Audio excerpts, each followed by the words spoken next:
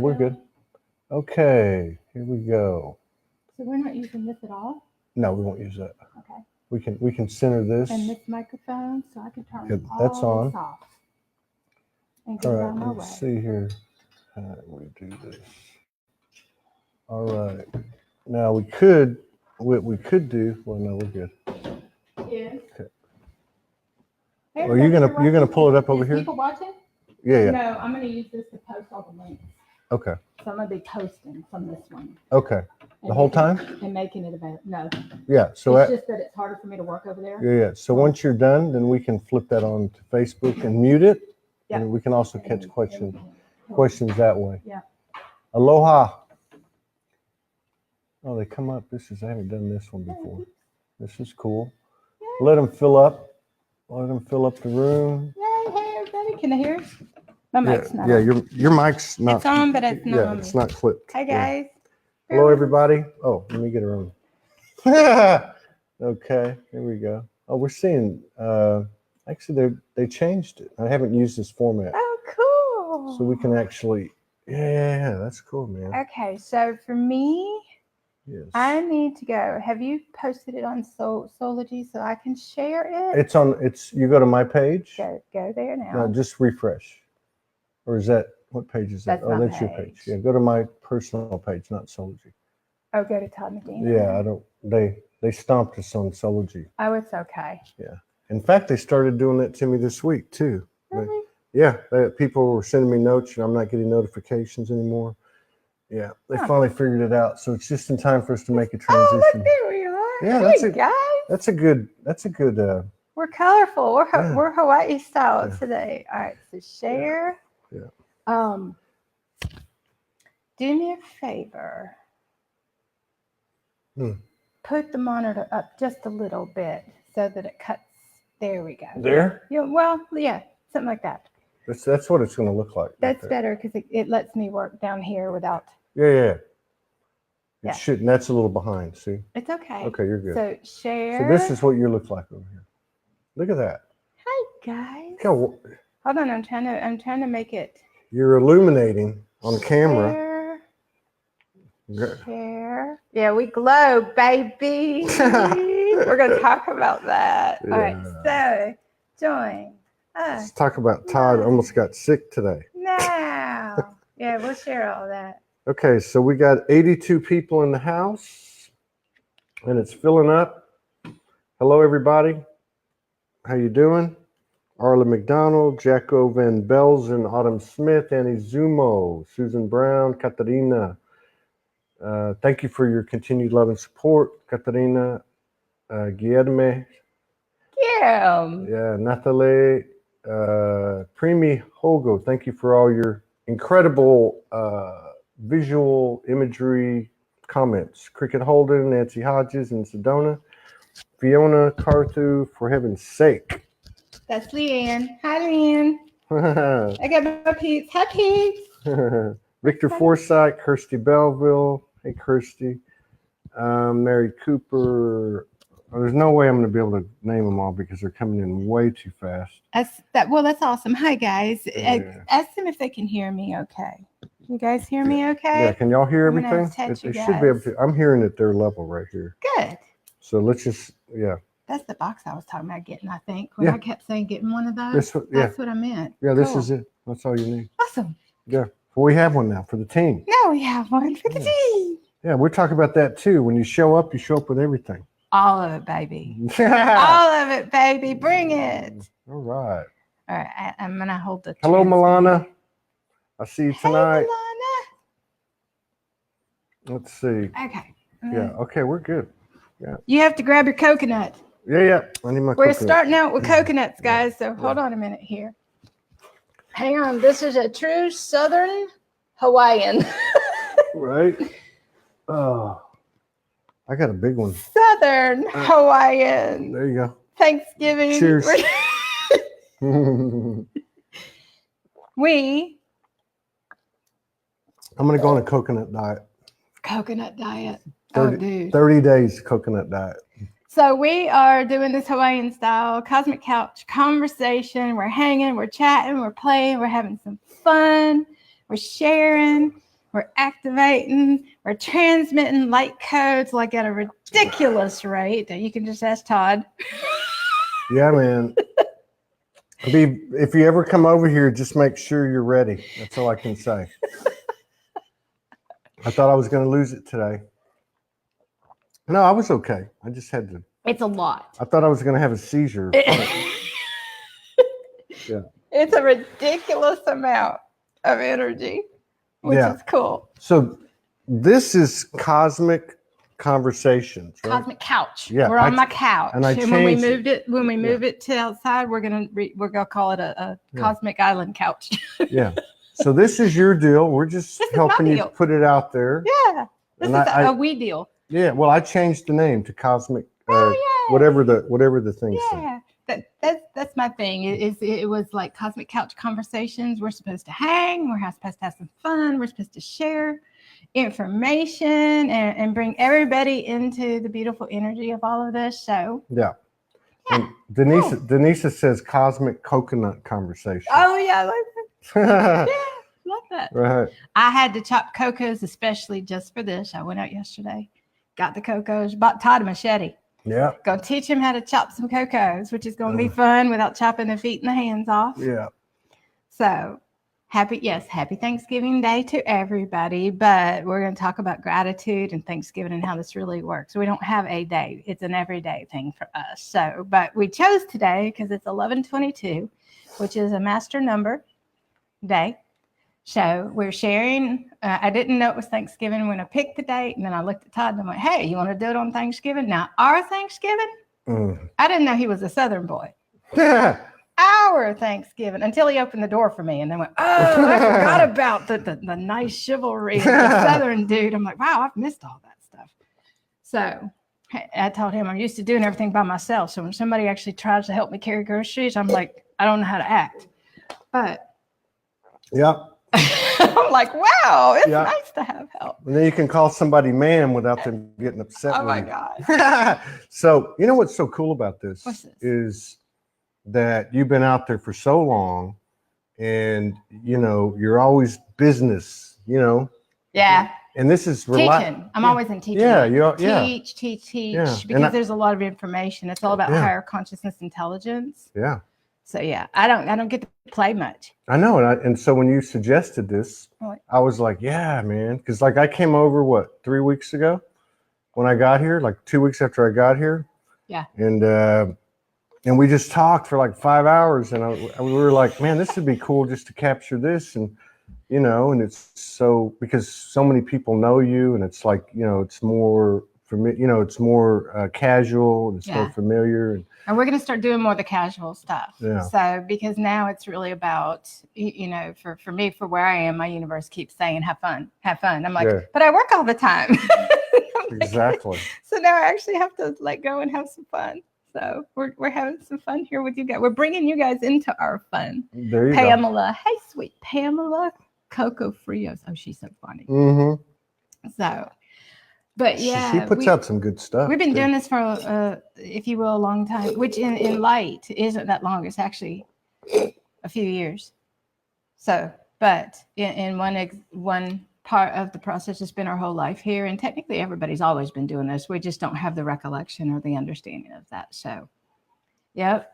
So we decided to get together and to hang and to share. We tried to live stream YouTube, but I don't have the Mac stuff down pat yet. So, well, and Kim. I always pronounce the names wrong. Semitas. Oh, I know. I tear them up. I put letters in there that don't belong. Guillermo, I renamed him. I don't even know how to pronounce his, but to me it's Guillermo. So, Guillermo. Yeah. You can call him Bill or William. That's either I'm like, it's the energy. We connect with people's energy. It really doesn't matter what their name is because you won't remember their name anyway. Yeah. So I see energy, man, or a picture. Even just like when we went to Milana's, I had met her and was standing there talking to her for like 10 minutes and she sat down and relaxed. And in that moment, I remember her. I went, because her energy shifted into that place. I'm like, I remember your energy. And then I could recall. actually meeting her out and about. But up until that moment, I was completely blank. I had no clue and no memory of like 2 weeks before. Right on. So anyway, Hi, everybody. Thank you for joining us. This is awesome. We're going to play and have some fun. Yes, we'll be taking questions in a little while. Yeah. Miss Morgan. Morgan's here. Hey, sweet Morgan. I'm going to be getting to meet you soon. In the actual physical, I already know your energy. So, which is beautiful. Well, that was announced now. It's been a secret. Oops. You should have told me that. Well, I didn't say when. Look, I'm just trying I didn't say when. I'm just trying to stay in balance here, man. No, I'm telling you, I mean, I've been here 3 times now, and this time was like huge. I mean, huge. This morning we were getting ready, setting everything up, and then Lisa was talking and she was making a point, because I usually get these tones when there's truth being spoken. I'm like, so they tell me like, listen. When it resonates. Well, this one, I was sitting on the couch and it went in my left ear, and I jumped up off the couch, and I thought like somebody took a wet pinky finger and stick it in your ear, And I was like, what the hell's going on? He's been walking around hooping and hollering for like hours, trying to move the energy and stuff. Yeah. That's activating your light body. Yeah. And so when you have that happen, you can feel it run through your whole body. It's a tuning process, but it jacks you up. Yeah, it jacks you up. It jacks you up. Yeah. So for me, I can't function any other way. That tone you heard, I listened to a bazillion of them 24 hours a day. That's what I take the information. It's light encoded information, and I can read and understand, and not only that, it's us. So you're just communicating with yourself, through light intelligence, light encoded information, and all that stuff on a universal and cosmic level, which is kind of cool. The other thing I notice is that, like, do you see things here I've seen a lot of things, but I see them more intensely here. So like when I thought I was going to vomit a while ago, I went downstairs and all these little like pixels appeared, And I'm like, am I seeing that? Am I having some kind of flashback from the 60s or something? I didn't know, man. And it was like all this energy was moving in these colors. And there were all these little, I don't know what they were. Just looks like little cells. It's particle matter. Yeah. You can see energy and particle matter and stuff. And what happens is when your consciousness gets so high, it expands out really far. And then you can actually see, to humans, to our human aspect, space is empty. But the more that the higher that we function from a level of consciousness, the more we get to see. And we actually live from those holographic realities. Yeah. They all, but it's a part of your body. When you hit that really high frequency, your body starts releasing DMT, and your pineal gland opens up and gets really active, and your third eye takes over. And so your ability to see on a multidimensional level is heightened. Yeah. Eventually, once each person, or as each person achieves that state all of the time, your actual physical realities are those things you used to see. Yeah. They're also the things you used to dream in your dream state. You're walking in that dream. You're walking, and we were talking about that last night. Yeah, it is opening portals and teleporting. Yeah. That was a very good explanation. I never heard that before. That's because you have to experience it to understand. Well, when you told me your story, then I remembered your story. A couple, I remembered some incidents, and walking through portals and the whole passageway. And So I was calling it like a super deja vu, because I knew I'd been here, and I was like, what's going on, man? But it's not like a regular deja vu, because like a regular deja vu is like that. And this one had more It's multidimensional access. Yeah. It had more frequencies. There was more involved. Color, sound, there was just more involved. Yeah. So that was cool. Yeah, man. And somebody just said, I think it was Milana, said she's seeing rainbows on her skin.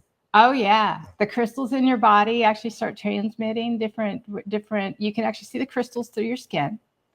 When it first started for me years ago, I would break out everywhere. My hands would swell up, my body would swell up. So a lot of people going through the itching and the swelling and all that kind of stuff in their body, it's the crystals and star particles activating in your skin. I'm glowing again. Yeah. Well, some people got like gold, and then they got silver. You will have. Yeah. You will have. It will change colors all along the way. So like mine now are the rainbow and all pure white. They're all diamond. Wow. Light codes, and they're all purity frequencies and stuff, but they've changed over the years. So when I was going through activating the abundance frequency, they were all gold. Yeah.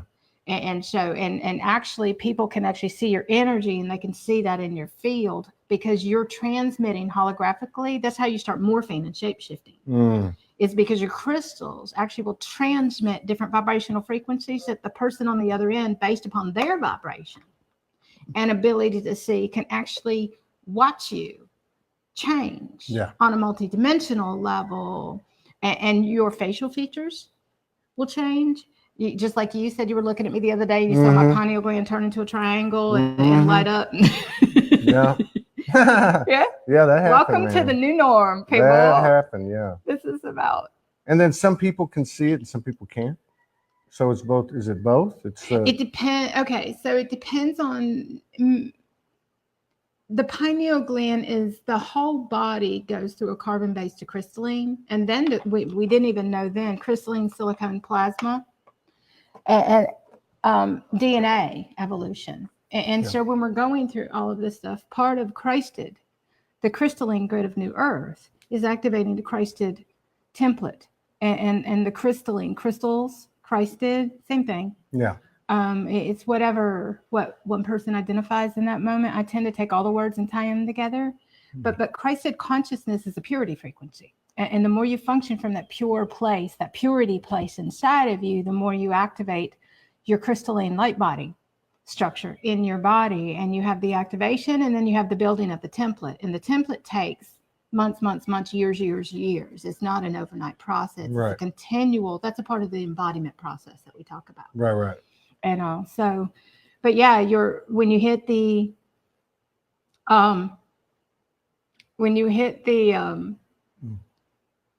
frequencies, when your body activates those frequencies, and those codes turn on, codons.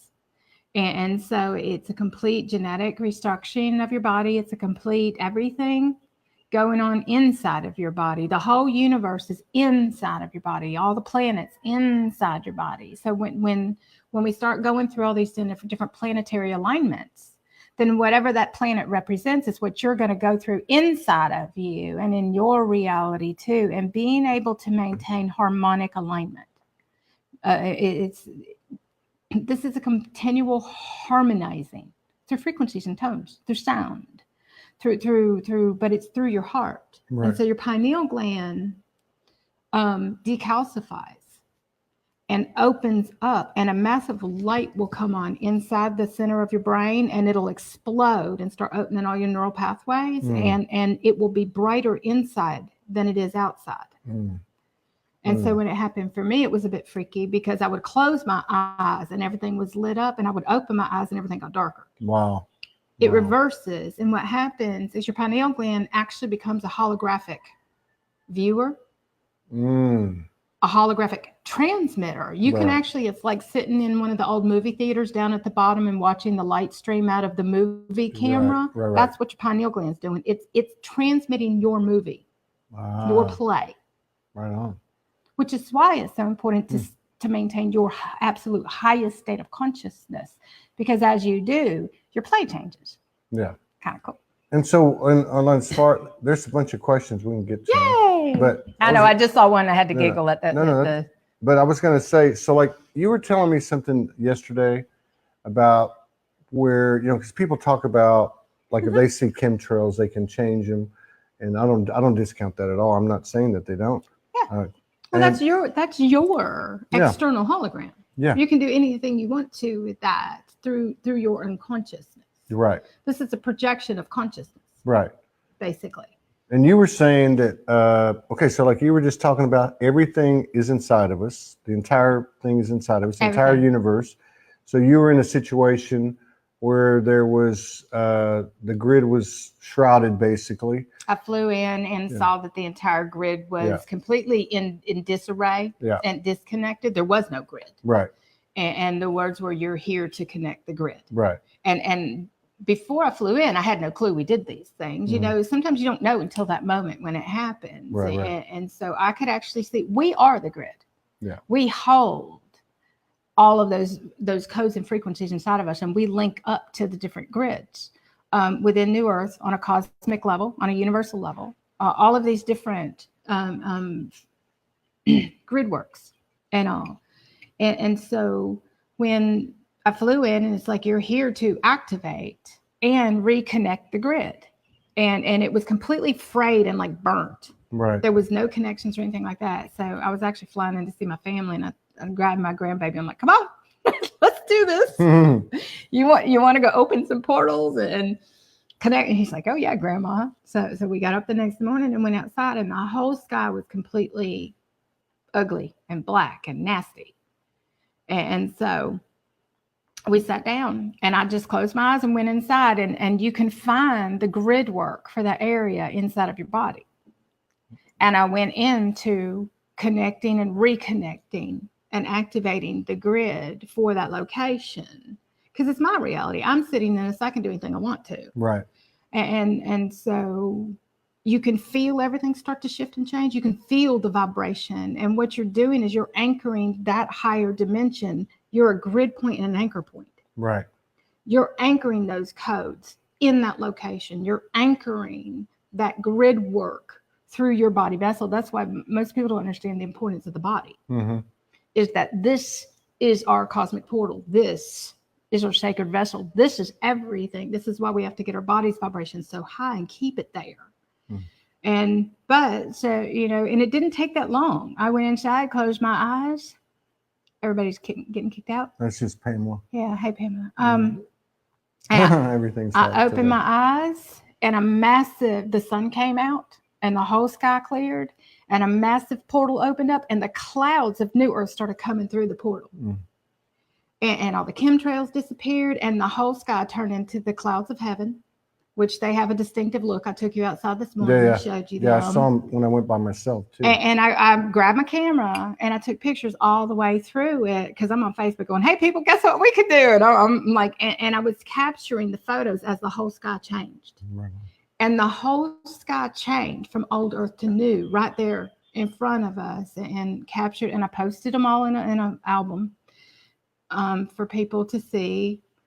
And then I'm like, before I leave, I'm gonna have pinks. I'm gonna have pinks, because when I came here, we didn't have the pinks and the purples and stuff like that. And it's like, you know what, we're gonna anchor this here, because I'd already seen the galactic skies of Sirius and all that, and the pinks and the purples of Venusian, and they blend, and that's what all of those. That's the dimensions we're merging here through the pinks and the purples.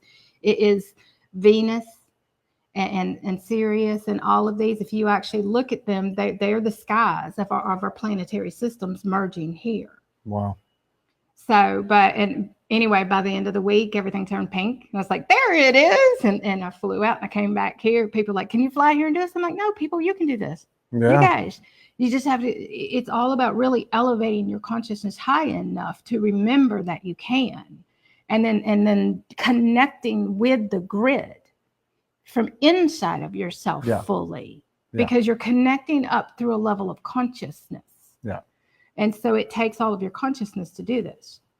And so it becomes really easy, though, wherever I go. That's my reality. That's my grid. And my weather is over my house. If you look out there, you have blue skies away from here, but over my house, when we hit ultrasonic, all the clouds come back in. We start going really, really high into the heavens.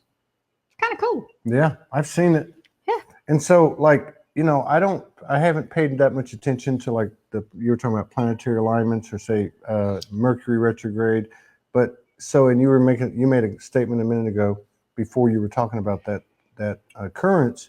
So if let's say something's in retrograde, and I don't know all that stuff, but they're old belief systems. Okay, they're old belief systems. Okay, to the human, that's still true. Okay. The human ego, unconscious, has a different reality than a light being, a fully conscious being does. They're opposites. For us, Mercury retrograde is freaking awesome. Yeah. Because I don't use this word, but I'm using it right now because a lot of people understand it more. But telepathy. Yeah. Okay, so telepathy is energetic communication. And so it's being synchronized in the same vibrational frequency bandwidth so that you can actually communicate through your field of consciousness, and you don't actually, you know what the other person's thinking, you're completely in tune, you're synchronized. Well, the higher we function from the more that's our language. Right. And we can hear, see, feel everything. It's not the lower frequency bandwidth stuff. There's no pain, there's no hurt, there's no trauma, there's no victim, there's no stories, there's everything is just pure awesomeness. For once we clear our own heavy duty programming and density out, once we clear like the intensity of our old matrix, because everybody has their own inner matrix that links up to the different matrices. And once we clear all of that, the Mercury retrograde becomes awesome because our senses are enhanced. Yeah. We have greater abilities. It's easier because it's all about open, honest, respectful communication and openness, which the human ego doesn't function from that place. We do. Yeah. And so for us, it's easier. Yeah. We also don't have the safety and protection mechanisms. We're not protecting ourselves against anybody. That's a good point. And so Mercury retrograde is protect yourself. Don't do this. Don't do that. It's all fear-based. Well, protect yourself, period. You hear that a lot in these circles. That's all ego. Yeah, they're talking about protect yourself. Yeah. And I'm like, that doesn't make sense. It's an ego matrix program. What's there to protect yourself from? Right. It's your fear. Yeah. It's your lack of power. It's your lack of interconnectedness. When you fully connect deep inside of yourself, then what will happen is you won't have the need to protect yourself anymore. The reason being is you're not going to compromise anymore. You're not going to give your power away to anybody else anymore. Yeah. The only reason you ever need to protect yourself is because you've given your power away to somebody else and you've given them the power. Yeah. And really, when you take your power back and you stand as love, there's nothing more powerful than you are, because you're not going to compromise. No need of protection. Yes, exactly. That seems to be what's occurring to me, especially the last 2 or 3 months, but certainly throughout this year. It seems like we've moved from the first 4 or 5 years that I was involved in this. There was a lot of teacher. There was a lot of people that were teaching. And now it seems like it's more of an empowerment thing. Yeah. Self-empowerment. It's still a teaching through sharing light encoded information. Yeah. We're still teaching. We're sharing knowledge. Yeah. But the difference is the knowledge we share is to uplift and inspire and empower, and for each person to embrace and do it themselves. Exactly. There's no, I'm the powerful one, give me your power. There's, I have a community, and one of them, I have to laugh at them because one of them said one day, we love it because every time we try to hand Lisa our power, she throws it back at us. Right. She won't even take it. And it's like, no, we're not here to disempower or make other people feel like they're less. Yeah. Or that we're the ones. We're not here to, the old adage of healing and all that stuff goes out the window eventually too. Because healing is just a DNA repair thing. It's just a unification on a soul level. And so understanding, but in the beginning, when we're first waking up, all of the open wounded stuff, all of the victim stuff, all of the lower vibrational stuff that is housed in our body on a cellular level, while we're clearing all that stuff, we each one have to have somebody that we look up to that becomes our guiding light. Yeah. Yeah. And that technically we're each other's higher selves. Yeah. We're each other's universe. But what will happen is that in coming to this place, the greatest gift that we can give each other is to step back and let everybody come into power on their own. Yeah. Which it makes it really easy for everybody else, because you're no longer running in trying to save everybody. Yeah. You're no longer taking on the responsibility of them as yours. Right. It's actually very freeing. You're providing the information, you're providing the tools, you're providing what helps people fast track. It's an acceleration on a DNA level. It's an actual physical breach. Yeah. So in essence, an incarnated, soul, an incarnated human is no different than not want to say disincarnated, but an etheric spirit guide, and they could actually be something that you're learning from. That's I don't want to say that's And I break it down in dimensions. As long as we're in the third and the fourth dimension with our body. Mm-hmm. Okay, the multidimensionality is about raising your body's vibration so you can actually walk into a different dimension or vibrate into a different dimension, an actual reality, the fifth dimension and above. So in the fourth dimension, souls are still dying, go to heaven or hell, or they float around in the field and you're healing your human stuff. But when you become whole on a soul level inside of, and you go through that complete unification, which is a reclaiming and a recalling of all your fractals. Right. When you recall all those fractal aspects inside and you merge back into oneness. Right. Inside, you elevate your consciousness and then of your body, which is physical body ascension, because you have an ascended state of consciousness, but then you have to bring your body through. Right. Which is a massive transition because it means realigning your whole life. And just to make it clear, right? Because you had said you ascend your consciousness first, so your DNA can rewrite. Yeah. Because when your DNA, it takes time for your DNA to rewrite itself and your body template to build.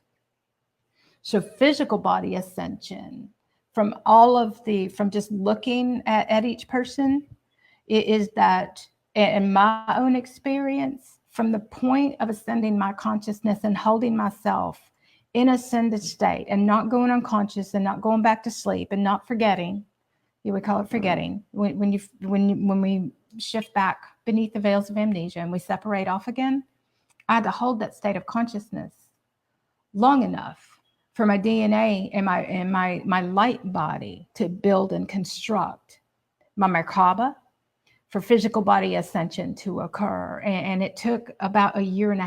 And I've been working with an awesome friend, soul, family, team member, all that kind of stuff. And it takes about 1.5 years from the point of achieving an ascended state of consciousness before the body can fully come through.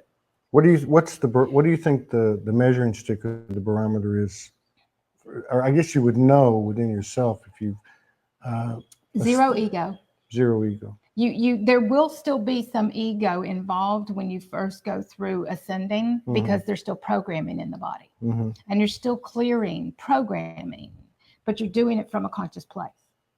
Right. So you haven't mastered the physical reality completely to be fully abundant in every way. Right. Because that's the next part. Once you ascend your consciousness and it's time to leave 3D and 4D with your body and walk out of all those old realities. Because we talked about that, and that was very interesting too. Yeah. But going back to so in other words, you still have a little bit of the programming, but it's a lot of programming. I mean, the difference is you're conscious of the programming, right. So and you're not clearing it. Yeah. You don't look at it like self-judgment and you're learning how to master the physical reality completely. You're just saying, hey, exchange. Yeah, I did this.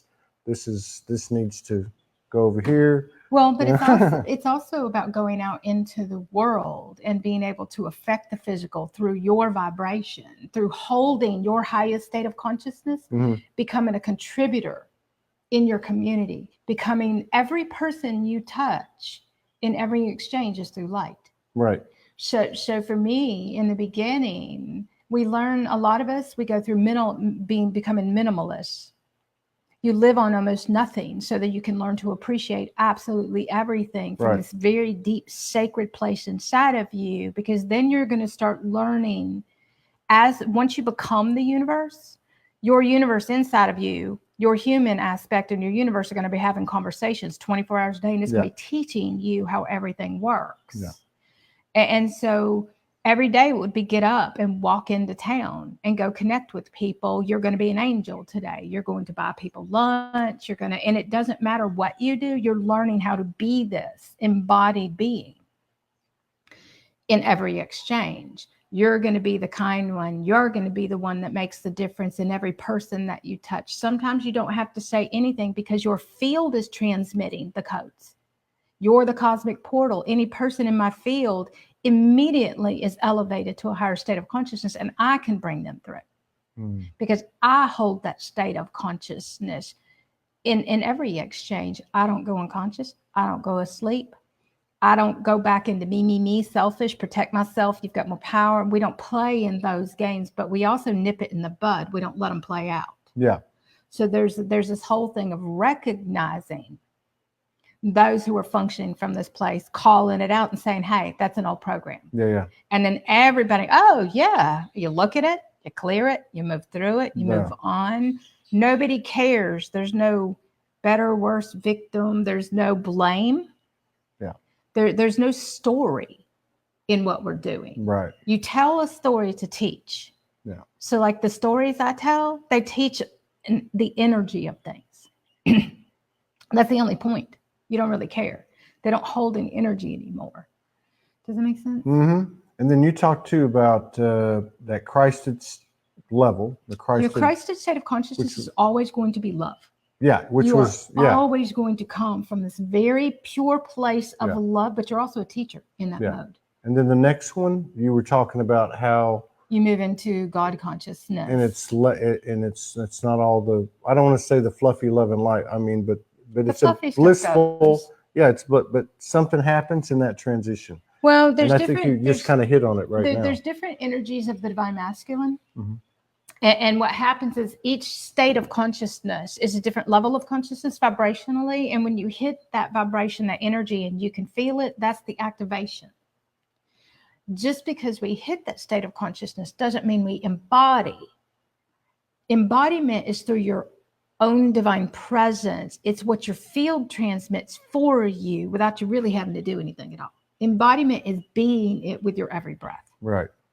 And so carrying the divine feminine, carrying the divine masculine, carrying the divine child, which is pure source creation, all three of those, it's the activation and the integration of the threefold flame energy.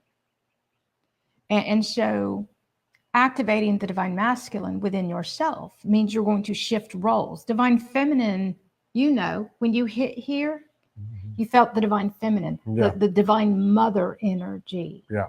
But when you hit that energy, then you're going to work through every distortion of being the mother to everybody, the caretaker.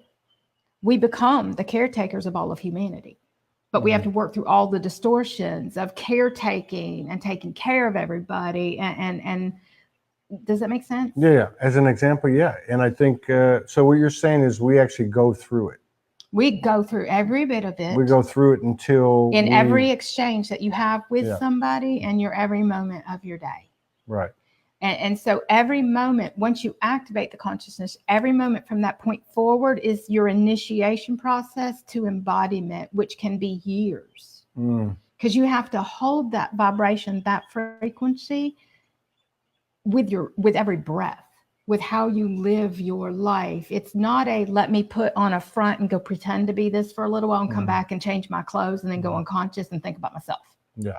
There's no more separating. You are it. You don't turn it off. Yeah. If that makes sense? Yeah. You sustain it. The divine, once we come through Christed consciousness, Christed is learning in the energy of Christed frequencies. You are feeling the bliss, the magic, the peace. You're feeling the beauty inside through your presence, through your connection with everything. But it's a being energy. It's not a doing energy. Yeah.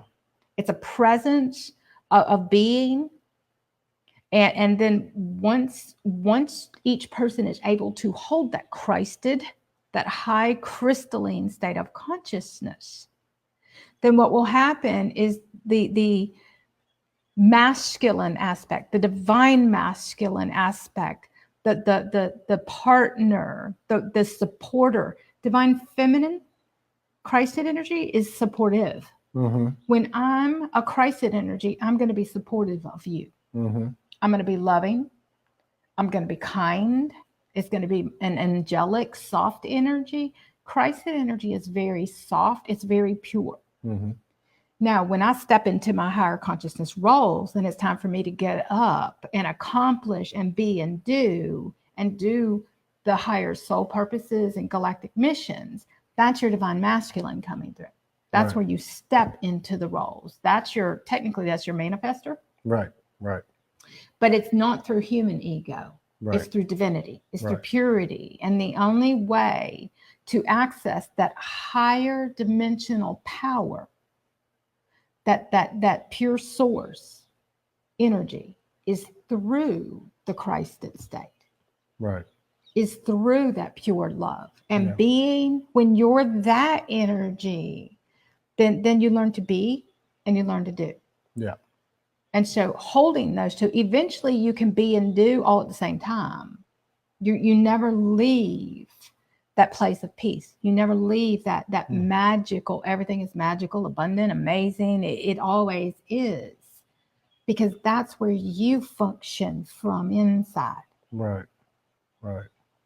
So pay attention to the energies and what you've experienced, like we're coming here or anything. It doesn't really matter when you go and connect with the Divine Mother energy and you feel that energy. And I asked you last time, can you hold that in every exchange? Yeah. When you can, it'll be who you are. And you won't actually be able to identify it as much because you're not separating off into it. It's a natural. Organic thing. So it's just who you are. Yeah. But in the beginning, it's like, oh, I feel this beautiful energy. It's almost like I remember this energy, but it's kind of foreign. Mm-hmm. That's because we were unconscious. We were asleep. We didn't hold that before. It's a level of consciousness that we're returning to. That's why it feels so familiar. Yeah. That's why we recognize it. It's like, oh my God, I remember this purity. Yeah. It's the Lemurian energies, purity frequencies, and Christed frequencies. Each one has a different energy. Does that make sense? I know I can't repeat what I said last night because I just talk. That was good. No, that's right on. But all your divine aspects come through the Christed state. Yeah. Then the higher levels of consciousness come through as a natural way of being, but then you have to be able to hold that, and each one has different traits. Yeah. So in my early years, my universe, I just separate off to explain which aspect I'm being. Mm-hmm. My human, my universe teaching me my human. And so when I'm working with people, I'll say, which aspect are you being right now? Are you being your highest aspect of you, or are you your little human right now? Yeah. Because most people talking or acting don't even know which aspect they're being. Yeah. Most people, not really, but I'm making a point when I say these things. When you're in your ego, you don't know you're in your ego. True. Unless somebody's going to point it out to you. The ego will sit around all day long talking about how it's not in its ego. and the whole thing is there. Ego. I have. Wow. But zero ego means that people can feel your purity. Yeah. Zero ego means that people, other souls can connect with you, and they feel you, and they get you, and they understand you, and you speak their language, and they know you, and you really don't need an explanation for that. Yeah. It's a reconnection on a soul level. But the fifth dimension is where we rebirth ourselves through purity. So in the beginning, when we're first coming through to the fifth dimension, if you will, and I'm breaking it down in dimensions to make a point, but then once you get to the fifth dimension, you don't really care. The only reason I've spent all these years explaining all this is because that's part of my role here. My role at that time, which that shifted to, was to provide all the information, because the old information isn't true anymore. So pre-2012, everything that was pre-2012 doesn't apply anymore. It kind of went out the window.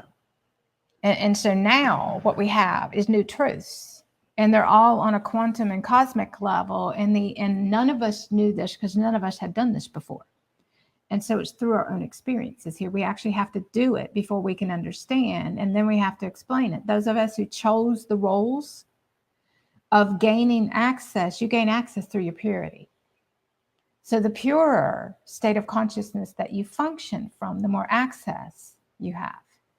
And so if your ego comes in at all, it disconnects you and it shuts down your pure abilities. You can tell a difference between an ego conversation and a pure conversation. Yeah. You can tell a difference because of where it comes from. The vibration is softer. Yeah.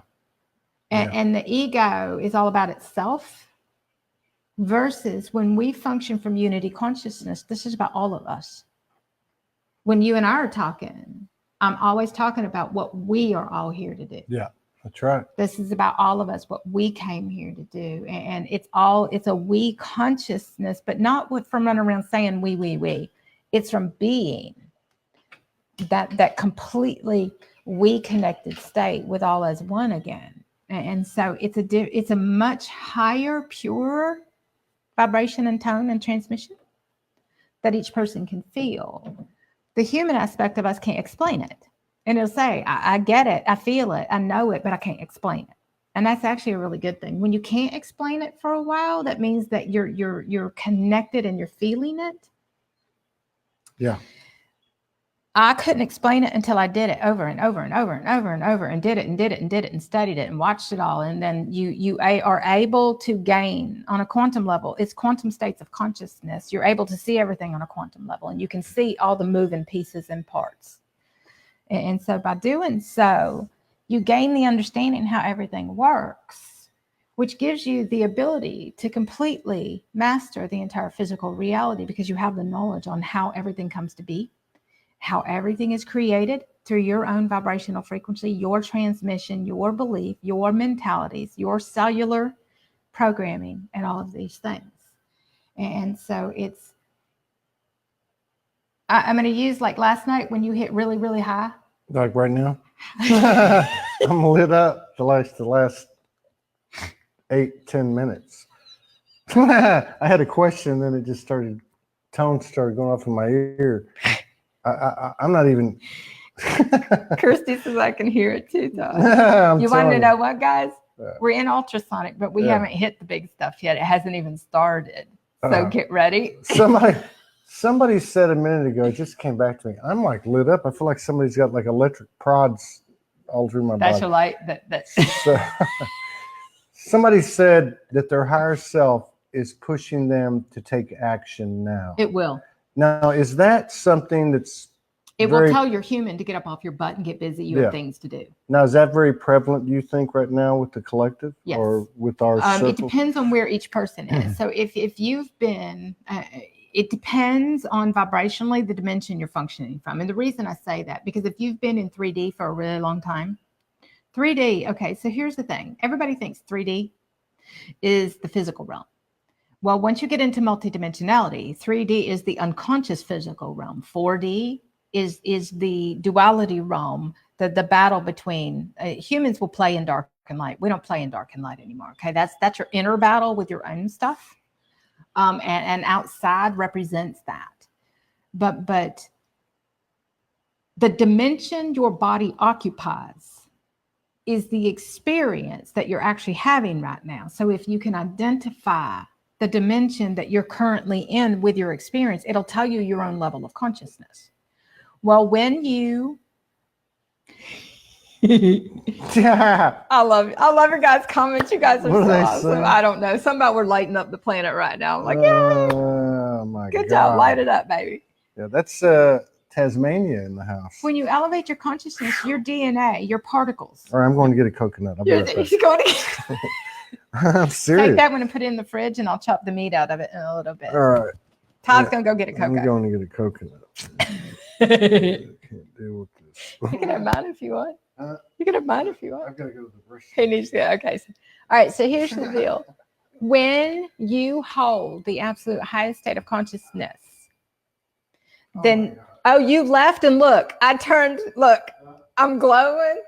I'm not visible. I had to put makeup on, guys, so you can, when you lower the vibration.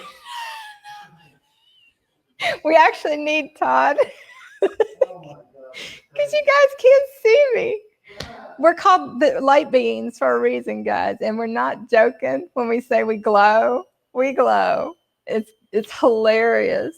I know. I see it. We've tried so hard to make me visible. It's not possible.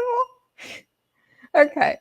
So anybody talking about multidimensionality and experiencing other dimensions? Yes. your body's vibration dictates the dimension you physically are in. So you actually have to get your body's vibration as high as you can through hitting the higher states of consciousness. I know I'm watching your comments. Charlene, we glow. Yes, we do. If we put on a fake light, Lisa Transcendence Brown, oh my God, you guys I'm just going to sit here and talk to you guys and stuff. It's so much fun. Yes, we glow. The crystals in our body, they actually transmit light. I'm transmitting light frequencies, light codes. You are receiving those just by listening, just by laughing, just by being open. Sounds like a high-pitched wheezing. That's me. Poor Todd, he's been like jacked up and doing the best he can to hang on. It's quite comical. It's a lot of fun, guys. Our new realities are so much fun. Our new realities, they really, see, I had to put makeup on because before we came in here, I had no makeup on and you couldn't see my face at all. And I'm like, I gotta go put some makeup on so you can see parts of my face. All those old belief systems, throw it out the window. I know you can only see my eyes. I'm doing my best. So when Todd sits back down, I'll be visible again. What? You look like Casper. He says I look like Casper. So that's what happened a while ago. Well, and you want to know what's funny is when I first came through to the fifth dimension, I swore that I had died. And you wonder if you're actually visible anymore because you do become invisible. And when you start walking in and out of different dimensions, people can't see you because you're vibrating and oscillating at a different vibratory rate. And so I can walk into a store and people don't see me until I speak to them or move something. And so it becomes quite comical. But most people can't hang in my vibration very long. See, look, I'm visible again. Are you really? Yeah.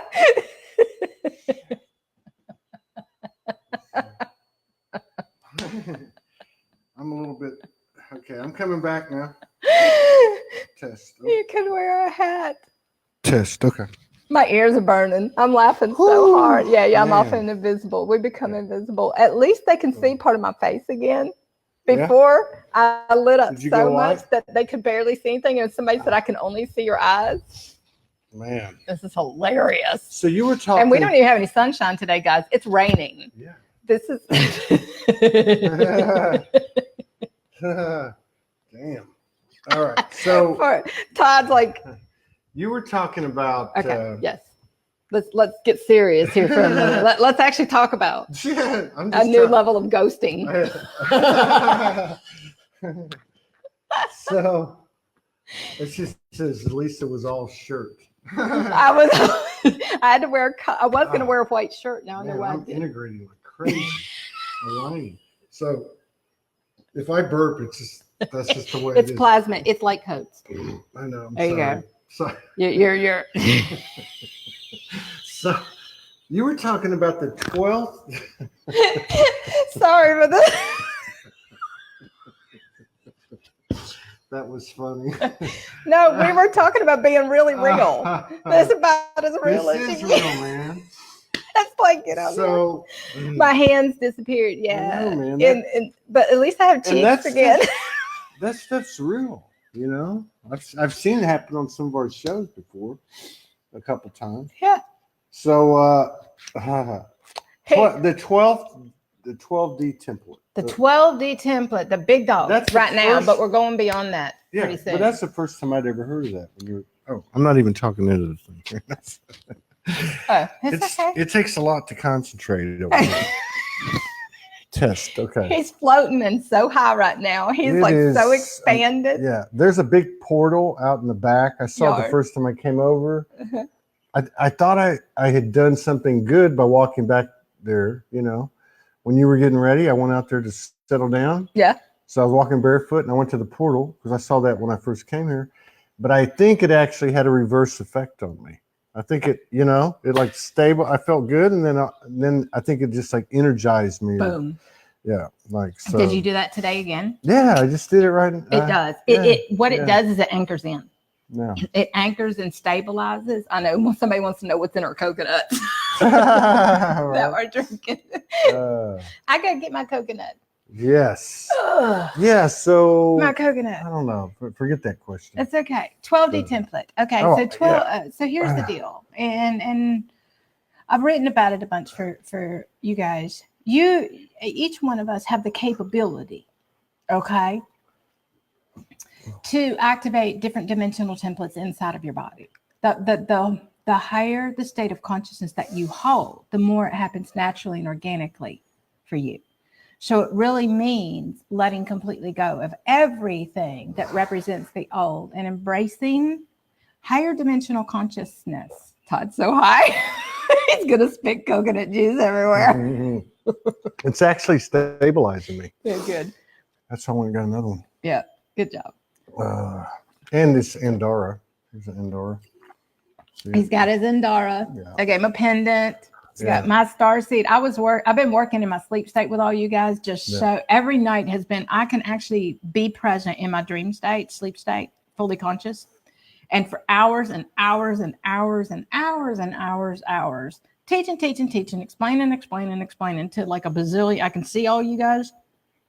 So last night I was working with Todd and Morgan in my sleep state. And then I woke up this morning and I was teaching all the starseed stuff and working with the different starseeds and all 333 reactions. Right. So, oh my God.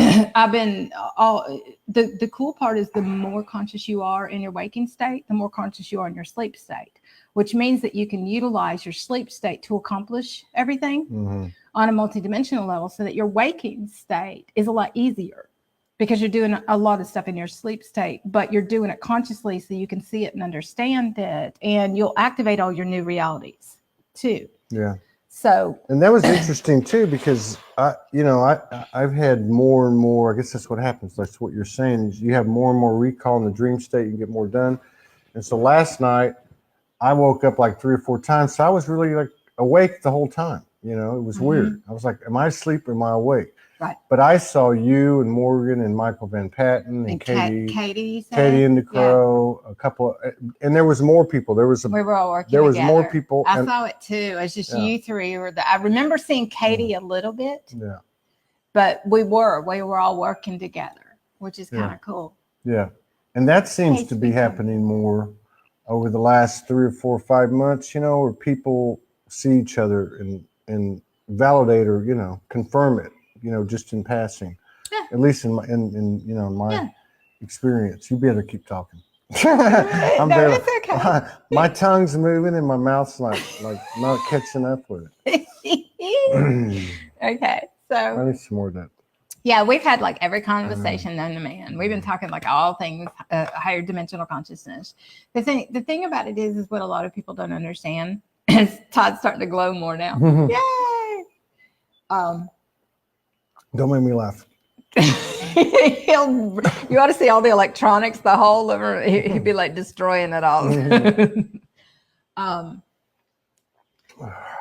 Man, it's really important for each person to go all in, higher dimensional. Go all in with everything that you've got, because your whole life changes. Now, it's going to be challenging because every bit of ego you got has to be dissolved. All of the old matrix programs that everybody thinks are outside, they're all inside of you. So once you work through those matrix programs and you break them down yourself, you shift from the old matrix to a crystalline matrix, which is a Christed matrix, which is the matrix and template for New Earth. So as you hold a Christed state of consciousness, you will start to experience New Earth more. And so it's really important to understand this when you first start coming through to the 5th dimension. Todd's glowing. Am I glowing now? You're glowing, dude. Either that or I'm about to faint. I'm all the colors leaving my face. No, you're glowing. Look at you. I don't doubt it. I don't doubt it a bit. Iridescent. You know what's funny? You're the blue starseed color right now. Yeah. Well, I'm holding the blue. This is the one. Like I started holding it. Now I'm glowing. Right? I gave him a Lemurian, Sirian. Your ego is a tough program to get through. It is, unless you go through it with love. If you let go of all the judgment and you just observe your ego and your matrix programming, it's a lot easier. Each one of us have to let go of the judgment about the whole thing. And so, yeah, blue. Todd says you're turning blue. You're transmitting the Blu-ray. Yeah, that's what I saw. Everybody's. That's what we've been working with. Is all Blu-ray all year. I saw everybody blue. Yeah, it's been off the charts. It's all Blu-ray. Todd's gonna faint. Yeah, he's what? Todd's gonna faint. Uh-huh. No, that would have already happened. He's good. Mm-hmm. He's acclimating. Yeah. He's learning how to acclimate and integrate simultaneously while trying to function all at the same time. Mm-hmm. So, and hold a higher state of consciousness. And it takes a lot on our part to stabilize all these frequencies and tones and harmonics. And it takes a lot on all of our part to do this. It really takes dedication and commitment on our part. And so it's somebody wants to talk about the 12th dimension, and we'll come back to that in just a second. How did me and Todd connect? I don't remember. They can see me better when I blush. When I turn pure red, I get color. If I get way up here, it actually gets worse. It does. I can see it. I told you our teeth glow. We go through hell with our teeth. But yeah, that's been happening to me. But you know, this is like a testament to how well, like, you know, this whole, you've been here 3 years, right? 4 years. 5. Yeah, but I mean this piece of this house on and off for 4 years, a little over 4 years. Yeah, and every time things would get out of alignment in my reality, and I would bring people around and support them and part of my soul family, then I would have to move out. Yeah. And then when they left, I was able to come back to the house and realign everything, because we were all fulfilling soul contracts and stuff like that, clearing karmic timelines, but from a conscious place, if you will. So it's not an unconscious thing we're doing. It's an understanding that we all agreed here to play out certain roles and to fulfill certain agreements together. And so we do it consciously, but we also realize that the moment that timeline needs to be closed out, we actually close the entire timeline out and we all go separate ways. Yeah. And so there's a lot of in and out of each other's lives for a while, because you're trying to synchronize vibrationally. This is all a synchronization, a vibrational, harmonic synchronization where everything converges in the same space, but it can't converge if it's not in the same vibrational and consciousness space. Yeah. So if everybody's functioning at a different, I'm going to say, level of consciousness, the ringing's getting intense. Yeah, we're in ultra high ultrasonic frequency, so it's going to be activating all the crystals inside. The last 2 days, we've had a mega blast of 2222 codes, which hit the body in a different way. Today's all ultrasonic, all the heavenly frequencies, all of the angelic realm, all the really high celestial cosmic frequencies are off the charts today, which is kind of cool. But you want to untether from all of the 3D stuff. You want to unanchor from everything that represents a dimension is now your level of consciousness. Yeah. A dimension is now where your body is anchored to. Yeah. We anchor up. Yeah, and you were talking about that today. You were, because I said to you, why do people always talk about grounding? The human ego wants to control. They can't handle gravity going in their body when they're physically ascending inside of their body.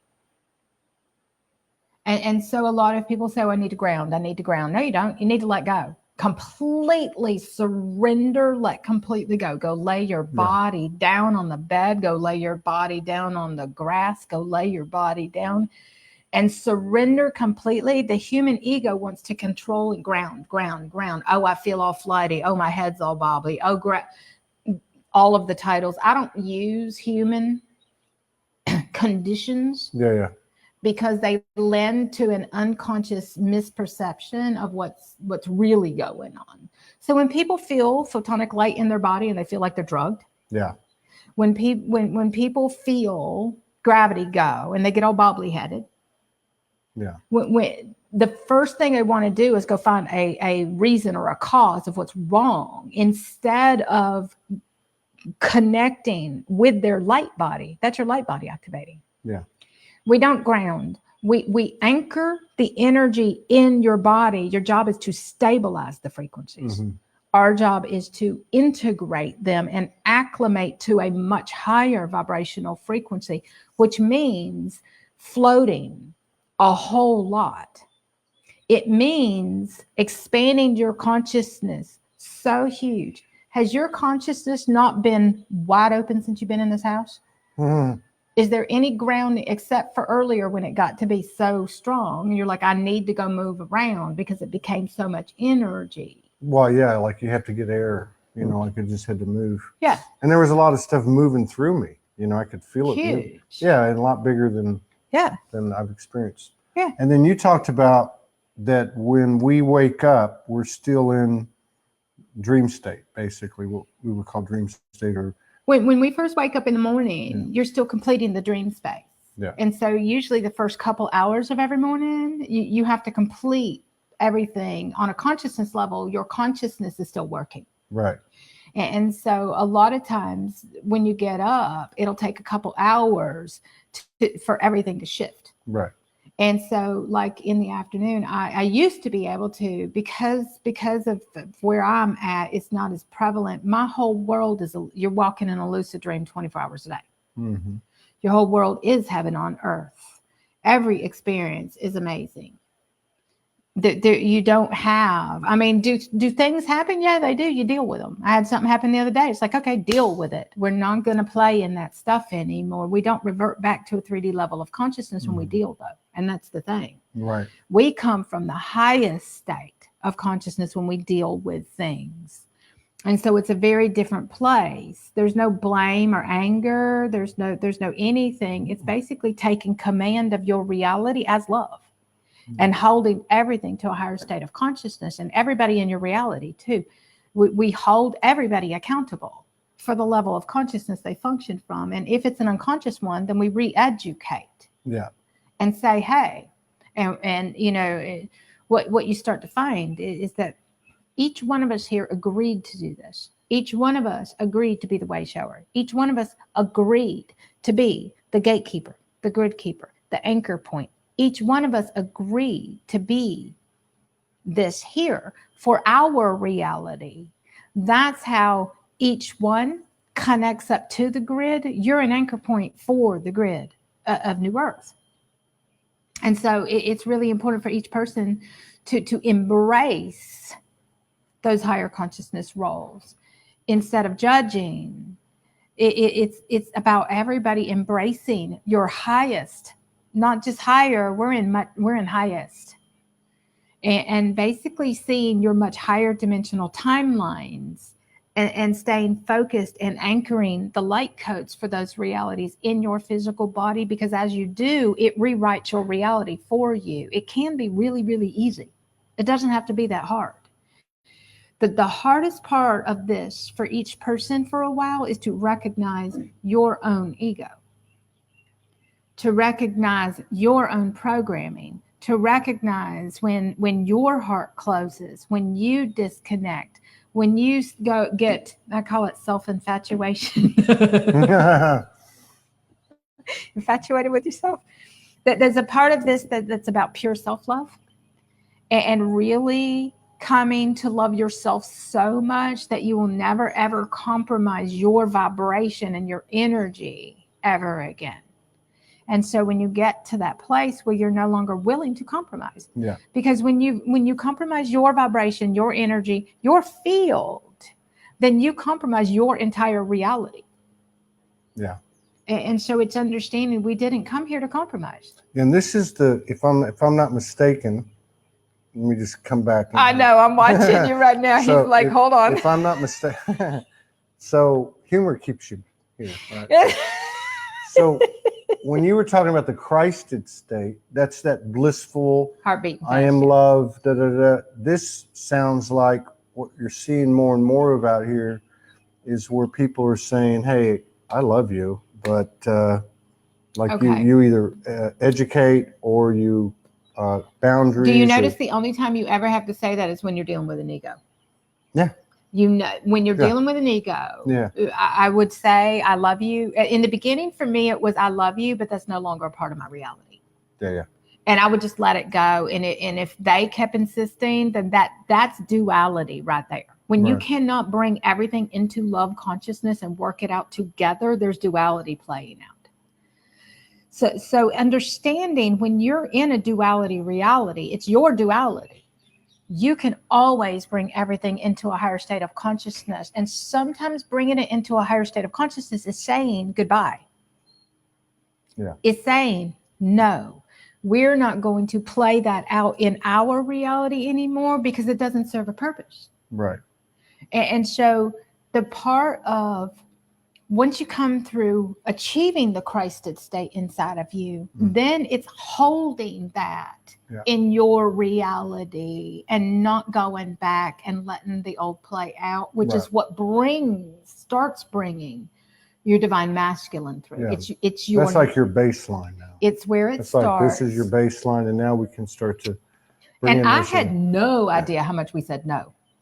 When I first went through this, it seemed like every word out of my mouth was no, no, no, not acceptable. No, no, no. It's also when your Sirian aspect is going to start activating. Mm-hmm. When your Sirian aspect starts activating, and you want to realize you have a bazillion different aspects. You don't just have a human and just a higher self. You've got a human that's multifaceted on an egoic level. And then you have a higher self that's multifaceted at a bazillion different vibrational frequencies too, and merging all of those to become one inside of you so that you can function from any and all of those with balance and recognize the distortions. This is about seeing the distortions, the distorted everything that as it presents, which means being so conscious that when a distortion starts to play out, you have the consciousness to stop it. Yeah. This isn't personal. I love the let's get serious. Let's get serious. Mine in my early days when I was still going through human ego breaking, it was your universe. Are you serious? And I would spell it serious. It's like, serious? Are you serious? This is how because boy, mind blowing is an understatement when you start waking up to higher consciousness. Serious. The Sirian I don't know a lot of my aspects, but the Sirian aspect is. I tuned into you this morning. Your prominence is Arcturian. Yeah. Yeah. Arcturian. Yeah, your other ones are coming forth, but we all right now the prominent one. Your prominent one is I don't know because when I the Arcturian's been real prominent since August. Yeah, when I tune into you, we all have like an affiliation with one that tends to be our primary. Except for so I use myself as an example. I'm all of them. Yeah, I had to activate all of them, and when you go through. You go through soul embodiment, and then you start activating the higher dimensional grids and the templates within your body. And when you start doing this, you're activating in your body and your field. Yeah. And so once we ascend through building our Merkaba, it will, when we ascend through to the fifth dimension, then it's kind of like a reset phase. And so for a while, it's like, okay, now what's going on? You're going to stay there for a little while because what happens is the Merkaba will actually break down the geometrics and rebuild itself into a Stargate system. And what will happen is that Stargate system is also occurring inside of your body. Every part of your body is a part of that new Stargate system. So your organs, your glands, every part of your body has to synchronize. Yeah. We are off the charts. We are wide open frequencies, dudes. I can hear them all. We are like... I'm hanging on. I've had these experiences on the show, but this one's... Feet are buzzing. This one's different. My feet were on fire a minute ago when you were talking. I'm like, what the hell is that? It's your light body. Yeah, it was like somebody was sticking like a hot poker. You have an Earth Star chakra down there. Yeah. At the base of between the base of your feet, and when you're activating the Gaia's consciousness with Earth, I call it Earth Star. I don't know what's coming out of my mouth, but these are my words. But you have a Soul Star chakra, if you will. And when they activate, see, we've got heat and the temperatures are changing, the heat's coming through, because I just felt it earlier. I had it with my ear. I don't have it to the extreme as I did in the early years. In the early years, my whole body would heat up and I'd lose consciousness and I'd basically knock out. Yeah. And stuff. Now it's just little bits and pieces. And so mine, the crown is itching. Galactivations, yeah. I don't want to get caught back on that subject. I just want to make something clear. I forget what we're talking about. I thought it was very useful when you were talking about this morning, and you were saying basically, well, let me rephrase it. Were you saying that you're better off waking up, staying horizontal, allowing it to all integrate and assimilate, rather than get up too quick and still be off kilter? You're talking about in the morning? Yeah. Well, okay, so it depends on what you're referring to. Horizontal, when your body is horizontal, it's moving from a linear to a quantum state of consciousness. When you're horizontal. When you're laying down. Okay. So a lot of people, especially with your spine is a huge part of this. So every light body phase that you activate and every body template that you activate will go through a complete immune system rewrite and a complete nervous system rewrite.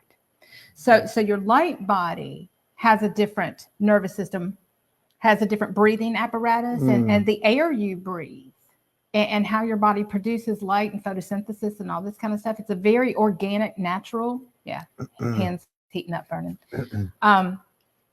Yeah. But what will happen is that the higher you go as a light being, the more plasma your body holds. Yeah. So as you move through light body to crystalline light body to plasma crystalline light body, and then we move into an etheric plasma crystalline light body, and then we move into a photonic light body. And they're all different levels of light body. I'm in photonic light body phase, which is eons past avatar consciousness, which is over soul embodiment, which is in the entire monad. And so nobody really cares, but we use it to explain a process of how big and vast this is. That's the whole reason. Yeah, you guys are gonna, crown is itchy. This is all now we're in star particle activation. Now, are we all? I mean, even though we're not all physically together, are we all? They're all within this, sharing the same vortex of energy. I mean, yeah. This is why we wanted everybody to tune in, is because you're in this frequency, this vibration, this field of consciousness and receiving this. And even so, if those who are going to listen later, you're still going to receive, you're still going to activate, you're still going to be brought into this vortex and all that kind of stuff. It's still there. That's the beauty of light codes, is they're not bound by linear space or time. Yeah. Everything is vibrational. And so like you and I were talking about fast tracking and how fast we go. You fast track through the embodiment of light. Because you bypass linear time constraints and you move through spaces of consciousness. And instead of linear, you're going up. Yeah. The higher you go vibrationally, the more expanded your consciousness, but the deeper you go on a soul level inside. Yeah.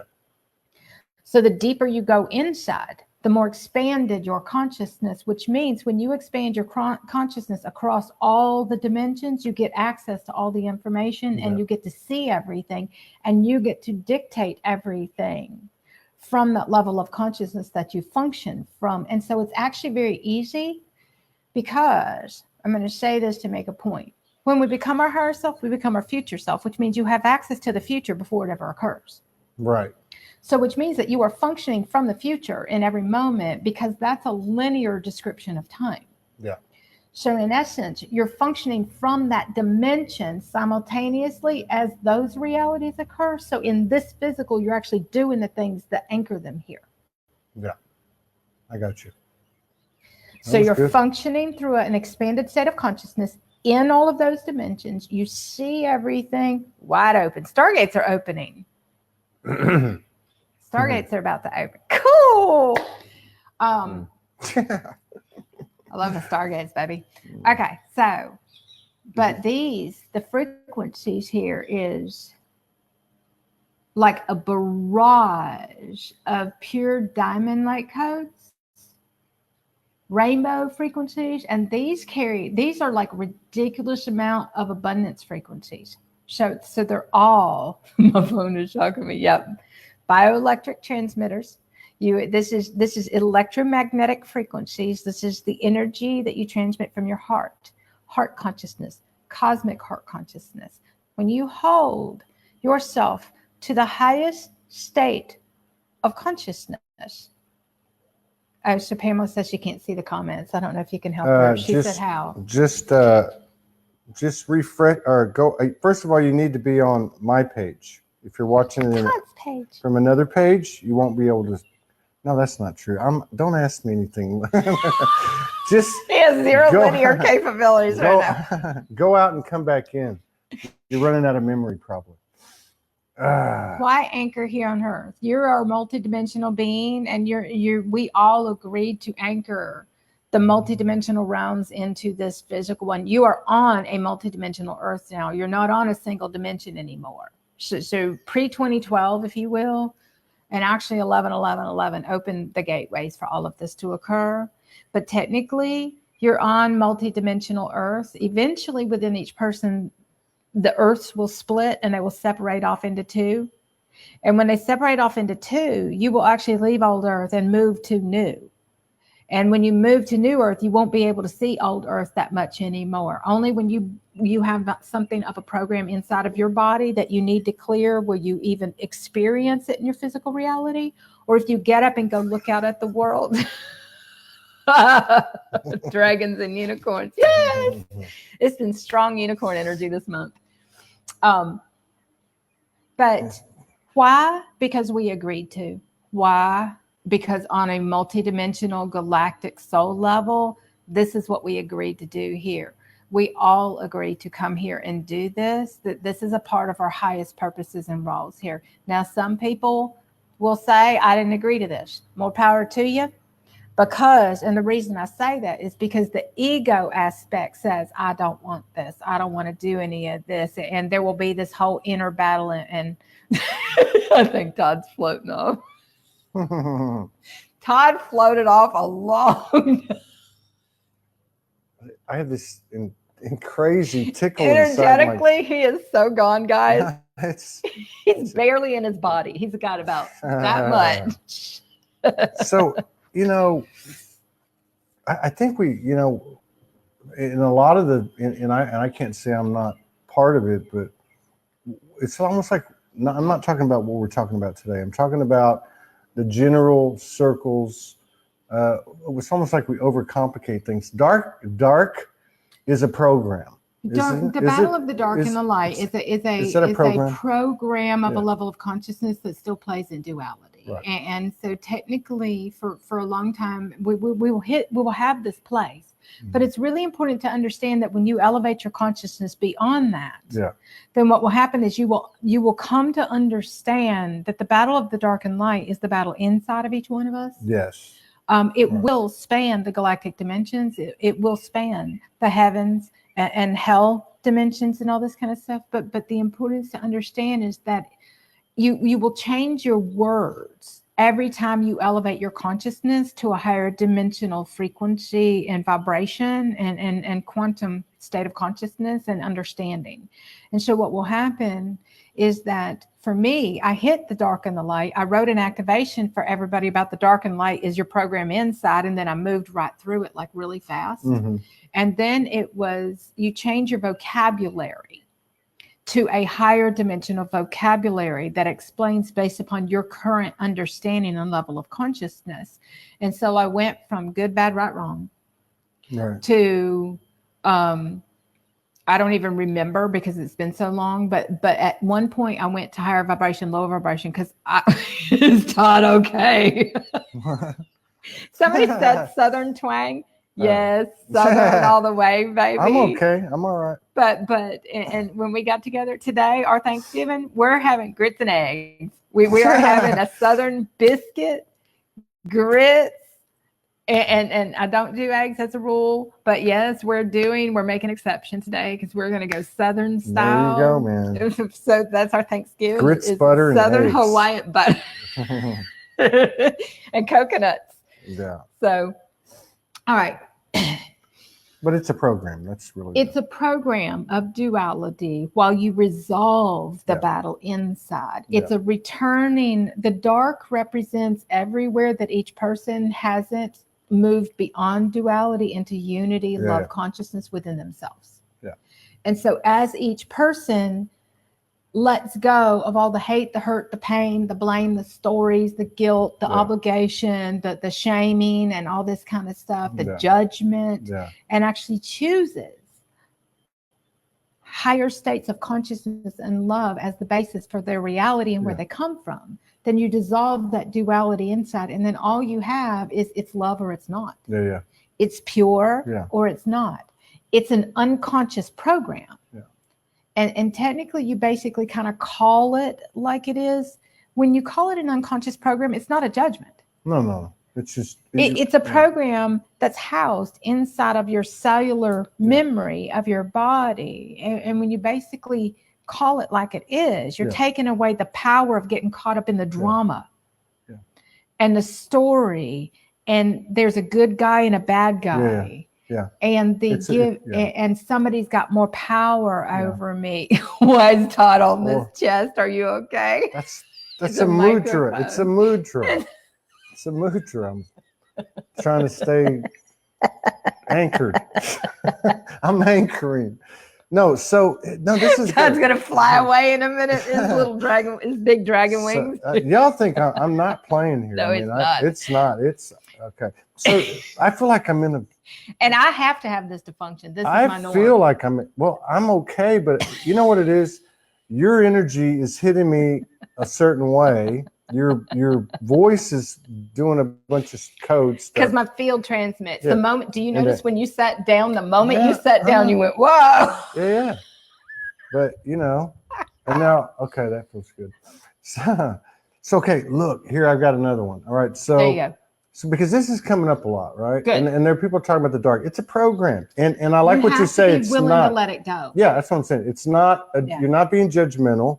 You're just saying it's a program, and like you said, there's levels, right? So it's our choice whether we want to engage that program because these people out here are doing it or whatever, right? Like anything else, like you said the other day. All right, so we are each the center of our own universe. Yes.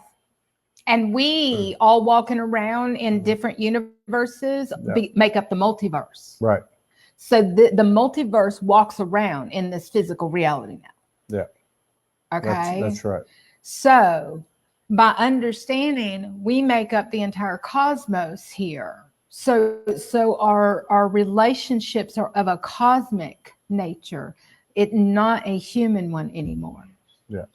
And so cosmic consciousness, cosmic states of consciousness take you to a very different place versus, you have soul, you have universal, you have all these different aspects, you have galactic, but on a cosmic level, this year we entered full-blown cosmic Akash clearing, which is why it's so intense for some people. Yeah.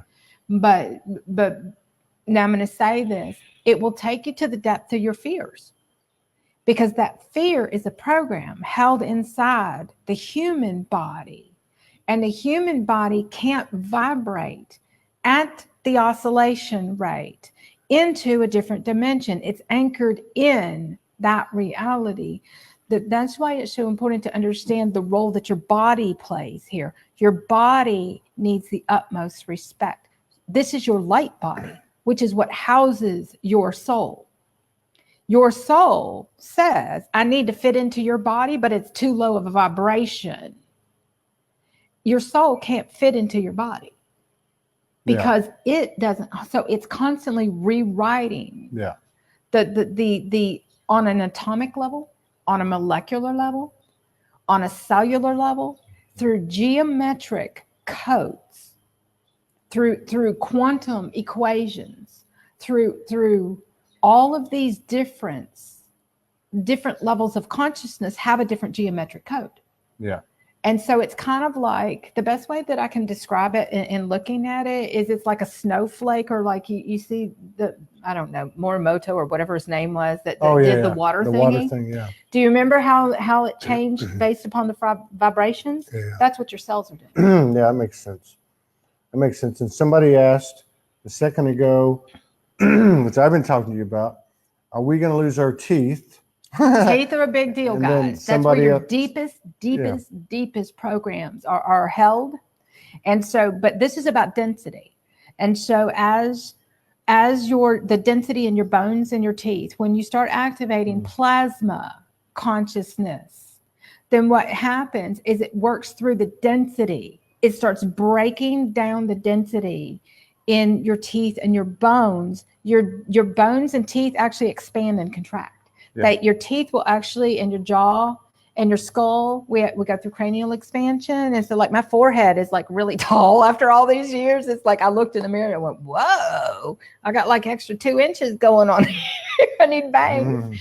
But what will happen is a lot of us have seen new rows of teeth underneath. Now, has it happened? No. Are we working on it? It's all through stem cell regeneration in the body. And so when your body hits a certain vibrational frequency, it's a constant cellular breakdown and regeneration on nanosecond. It's like it's that fast. And so your body, the more programming you hold, the more emotional stuff we hold interferes with that process to be able to occur. The teeth will actually go through, there are crystals in our teeth.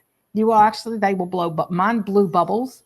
I was absorbing when I activated the Godhead. Which was years after Christed consciousness and some of these other different phases and purity consciousness and all this stuff. Then your teeth are moving around. They're really loose. And then they'll tighten back up again. So it gets, I know somebody's forehead got large too. I know years ago, I was doing an energy session, a light body energy session. And the girl opened her eyes and she's like, oh my God, Lisa. She saw my galactic me. She's like, your head is this long. Well, now it's happening. And it's like, she's like, but you're beautiful and you're blue and you got all these little tendrils coming down. So we actually turn into our other aspects. I've seen people, I look at their face and you can see that. They look off planet ET. I have an elongated head and stuff. So yes. You don't need to show me that today. No. I need to assimilate the rest of it. Wait till I show you the picture of me glowing blues and purples and stuff from a few years ago. I don't doubt that. Yeah. So, okay, guys. Yep. Forehead is growing too. Yes, you will. We're taking on the galactic traits. Yeah. And our bodies, it's a hybrid. This is crazy, man. We're the new species. Yeah. The new earth humans with HU as the God humans, but it's not a God from an egoic place. Okay. And it's humanity through unity consciousness. We're the galactic and celestial and soul and cosmic light beings that agreed to incarnate on this earth and actually become the new species. And so this is an evolution through our DNA where it basically reverts us back to the original template that doesn't hold the distortions of the old anymore. We all agreed to come here. We have great things to do. We have all these amazing things to accomplish together, but everybody's got to get through their stuff for this to happen. Each person has to clear that separation. Each person has to be ready to step up. So back to the question earlier about somebody's higher self was pushing them. Yeah. The feeling drugged is photonic light. That's your light body activating. That's your multidimensional light body. The feeling drugged has to do with gravity and how your body balances out the electromagnetics. And so the feeling drugged, what will happen is you'll wake up, you'll feel really lethargic and drugged. Your body will need to lay around a ridiculous amount. I saw a post this morning saying, no, you don't need more sleep. So that person doesn't get this part yet, okay? Your sleep, your food, everything will be off the charts different with every phase. It won't conform. You will get younger. We will excel. If you'll notice, we have different phases of looking younger, but we will also accelerate aging right before we go through fifth dimension. That's happening right now. You're accelerating the aging process, which is the death of the ego. Okay, so I'm looking at myself and somebody else. You look older. Somebody else who I won't mention their name, saying the same thing to me. I'm like, I'm getting old. I'm I looked aging. 10 years older before Yeah. I ascended Yeah. because it's a Yeah. rapid acceleration of the aging I process. figured that's what it was. So I actually wrote an article on this months ago about the rapid acceleration of aging as you go to physically ascend. Yeah, I get that. I mean, I got that, I guess, intuitively. There's the coffee And pot. and then the other thing was the eating. Like, right, you know, the last couple of months, I slowed down about 10 days ago, but I couldn't stop eating. I was eating like a vacuum cleaner, you know. I mean, Your body uses food for fuel. Now, if you have any unresolved emotions, it can't process what it needs. And so those emotions are in the way. So a lot of people are clearing all those emotions. So your body becomes a pure vessel. But when does the body stop expanding? Once you have embodied full consciousness again, it will always expand and contract a little bit. So I went through years where I expanded. I got huge. Okay. I expanded huge because I was birthing new realities back to back to back. Birthing. You're birthing with your body. Your body becomes a birthing body. And so in the beginning, I was birthing new earth. And so my pelvis expanded, my body got bigger, my lymphatic system went haywire. I blew up, I got bags under my eyes. When I was integrating a ridiculous amount of light codes, then what would happen was I would get bigger. And then once I had integrated the light codes, my body would contract back down. Now I started paying attention to the vibrational frequencies. And when I was more linear and more human, my body was smaller like my old body was. But when I would go and start expanding my consciousness, my body would get bigger again. That's where you start wearing stretchies and stuff. But it took years and years and years before my body started shrinking back down. And a couple years ago, my universe, I got to see my body. And the words were, you've been birthing galaxies. And I'm like, oh, that's why I'm so big. Because you become the galactic guardians. You become all of the realities that you are accomplishing. Are you birthing your new? You're rebirthing yourself constantly, and your belly would blow up. Your breathing will start being labored. Notice the words we use. You will go into labor, breathing and contractions, and your body blows up and your belly blows up. And then once you go to sleep or you integrate, then your body has to integrate all those light codes. And then when you wake up, like the next day, it's new knowledge. Yes, Lord, I'm birthing one massive galaxy. See, and I've had a flat stomach most of my life, and my stomach's sticking out a lot. You can forget the vanity goes out the window. We do labor. You do labor. I did. When I hit cosmic last March 31st, I went through cosmic birthing. Oh my God. But that actually wasn't as rough as the early years of everyone. Cosmic was a huge one because I actually went through, and I don't do the womb stuff like a lot of the feminine stuff does. Yeah. But when I went through a cosmic womb clearing, the pain inside my womb, and it was like, just lay there. And I went through this massive clearing, and then 10 minutes later, I'm up and going and I'm good. But then you're birthing cosmic realities. Now the cosmic realities get into our relationships. So each phase and every light body phase has a different purpose. So your initial light body phase is you coming to merge on a soul level. But it also means that you're going to become the universe now, and you're going to learn everything on a universal level and learn how to master the physical reality through union. But then we have to learn everything and how everything comes to be. And so there's this entire process of becoming every higher self aspect and going through every initiation and passageway, which takes years. It's not an overnight process. The bones are a part of the process, and eventually they won't break. They're clear in density. And they will expand and contract too. So really supporting. I have a plasma crystalline light body support page on my website that gives like a ton of it. I don't have it complete because it's so much information. It's already 30 something pages long, but you can go there and it gives you some information and it'll give you an idea. For each person, it's to tune in inside and connect with your light body and listen to what your light body tells you it needs. Everybody's light body runs on energy. That energy is photonic light. That energy is your soul. Photonic light is the light of your soul. It's also the light of your galactic aspects. And so when you are activating a ridiculous amount of photonic light, for years, it will feel heavy, foggy, groggy. You'll be walking around like you can't wake up. And I had to learn for years how to function foggy, groggy, and still get up and accomplish and do the ridiculous amount of work I had to do. Because when you're in that foggy, groggy state, you're anchoring the higher dimensional realms through your physical body. It's important to be foggy, groggy. It's important to let completely go. It's important to surrender completely so that your body, your light body, can take over. It needs to run the show.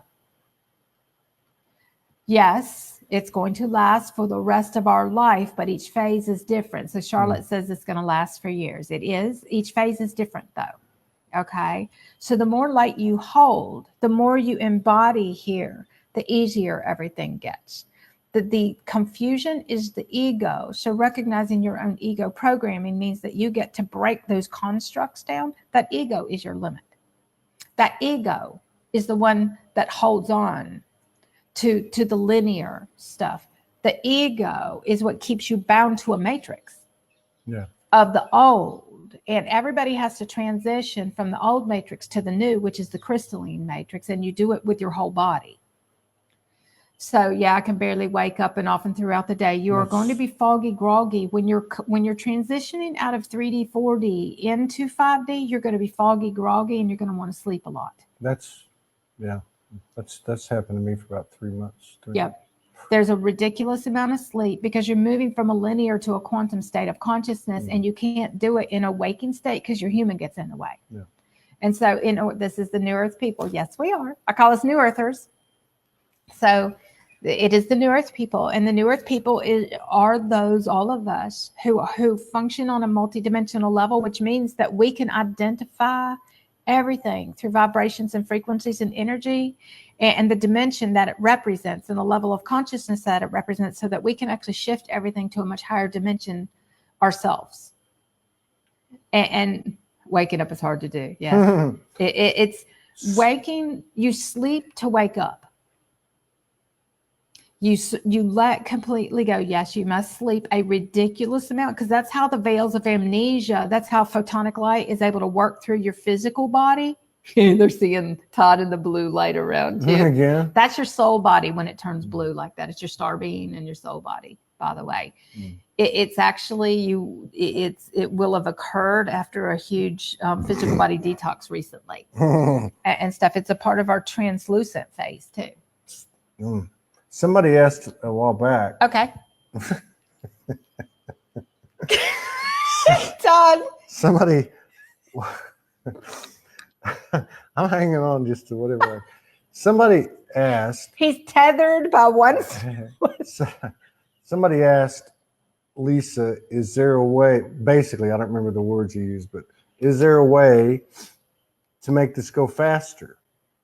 Is there surrender completely and let go of the need to control any part of it? Come into full union inside with your higher self, tune in with your light body. The faster is the human ego's way of not being patient with the process that needs to occur. So what's happening is, when this is happening, is your DNA is rewriting itself. And so what will happen is if you're hold on, let me back up a minute and explain a little bit easier. Every time we bring in impatience, we're in our ego. Yeah. Faster, I understand. We all want it to happen faster. But what happens is, yes, we lose hair and a lot of it, and it's different and stuff. White, yes. Okay. Faster is done through the speed of light. Faster is through the embodiment of light. The more light you embody, the faster and easier this is. So it's all human time equals quantum speed of light. And so, yeah, Kieran's going through his back and his spine today, which is crystalline plasma, is where your light body activates, is up your spine. It's important to understand that faster is through your level of consciousness and how much you tune in. How conscious you are dictates how fast and easy this goes. And so staying conscious, keeping your heart wide open. Don't close your heart back down. The moment you close your heart, your mind shuts down. Your higher mind consciousness shuts down and your human mind comes back online and takes back over. And that drops and takes your and vibrates your body back into the unconscious dimensions of 3D, 4D. All right. So what will happen is that if you want this to go faster, you will open your heart all the way and not fear the emotions that come up, the discomfort of anger, the discomfort of fear, the discomfort. Don't fear the fear. Don't fear breaking down. That's your ego. And we actually have to, when I started understanding that for me was to embrace the entire thing and go all in. Then what happened was I, on an ego level, surrendered to my higher self from inside of me so that I could become my higher self and it could be easier. So in order to become your higher self, you have to surrender your ego completely. Keep your heart wide open and always come from this very pure place inside of you. Purity. Your soul is pure. The rest of it's all the ego programming. And so, I saw something post this morning and it was completely twisted backwards. Good. She's dizzy. Good. Let go. That's gravity going, okay? Gravity will go. You will actually expand into outer space. You will actually expand into the ethers. When you surrender and let completely go, your consciousness will expand so far that you feel like you're leaving your body and that you're actually going to leave. You will feel like you're falling. And so it's really learning to trust and let completely go so that you can expand really far. Now, what will happen, though, is once you've hit that expanded space and you've floated out in outer space and you're floated around and inside the sun and in inner earth and all these different places, spaces, and dimensions and all this kind of stuff. When that process, if you can lay in that energy until it's completed, it's easier to get up and then move from that place in that space. If you cut it short, then one, you don't get to have the same experiences more than one time usually. You might have it again but in my early days when I started expanding multidimensionally into these different places and spaces, I didn't understand. I would say, oh, I want that experience again. I'd never have that experience again. It was always going to be a different one. Don't shortchange yourself that experience because that one's very necessary for you to expand your consciousness in order to exit and transition out of 3D and 4D into 5D and way beyond 5D. This goes so far beyond 5D. 5D is the beginning. 5D is where we start. Yes, rewiring of the neural pathways, pineal gland activation. It's your bones are going to hurt, your blood, every part of your body goes through this massive overhaul process and stuff. And so somebody says, eating a clean diet. We have to go completely clean for a while. We have to cut everything out for a while. We have to get clean water, clean everything. And then what will happen is after you get completely clean, and your light body fully activates and you start becoming the universe and you're doing all these things. Yes, the eyes, crystals in the eyes. The eyes go through a lot so that you can actually see the other dimensions. And so you'll get foggy, groggy, blurry. You'll start seeing things. You'll have light flickers. They'll itch really bad and swell up. You'll have all these things going on, which is a part of the process because your pineal gland. So like right now, we're in massive pineal gland activations, which means for those who haven't learned how to utilize their pineal gland, their vision will go so your pineal gland can come online. So your eyes don't work when your third eye becomes your primary eye. And then what will happen is each activation and integration process, your two eyes and your one eye, your three eyes become one eye and they work together. So that these eyes I'm making this up to make a point, but I'm not really making it up because it's true, but I have to say it this way to make a point. These eyes, the crystals in them actually take the vibrational frequencies and they actually change what you see. So the crystals in your eyes give you the ability to see multifaceted, multidimensional. I'm a hologram. Yes, I am hologram. We're all hologram. We're solid holograms, guys. One of the things that's really important for every person to understand is that multidimensionality will not fit into any human reality. You actually have to open your heart completely and get completely out of your head to even start to encompass any part of this as reality. Your vision will change. And so, like for me, for years, I wore glasses. The universe said, wear one contact, get rid of the glasses, let the other eye adapt. And so I wore one contact in one eye. And over the years, my eyes have repaired themselves through the crystals in my body. And so I technically don't need glasses or contacts anymore. Now I will put a contact in the left eye if I need to drive at night because it's still a little bit too blurry. But I learned to see the other dimensions by walking around without my glasses in blurriness. Oh, because your linear logical mind focuses so hard, it cuts out your ability to see. that makes sense. And I've so struggled with that back and forth. I'm like, should I be wearing, your eyes will adapt to glasses and cut out your visibility. Your third eye tunes your eyes to see multidimensionally. Does that make sense? Yeah. And so soft focus, yes. You actually sit and you learn to soft focus your eyes. And you can see all the energy around everything. You can see all the particles moving. You can see everything. Yeah. And so, but when we're in ultra high frequencies, like right now, we just went higher. They're deafening and stuff. I'm just so used to it that it's not that big a deal to me.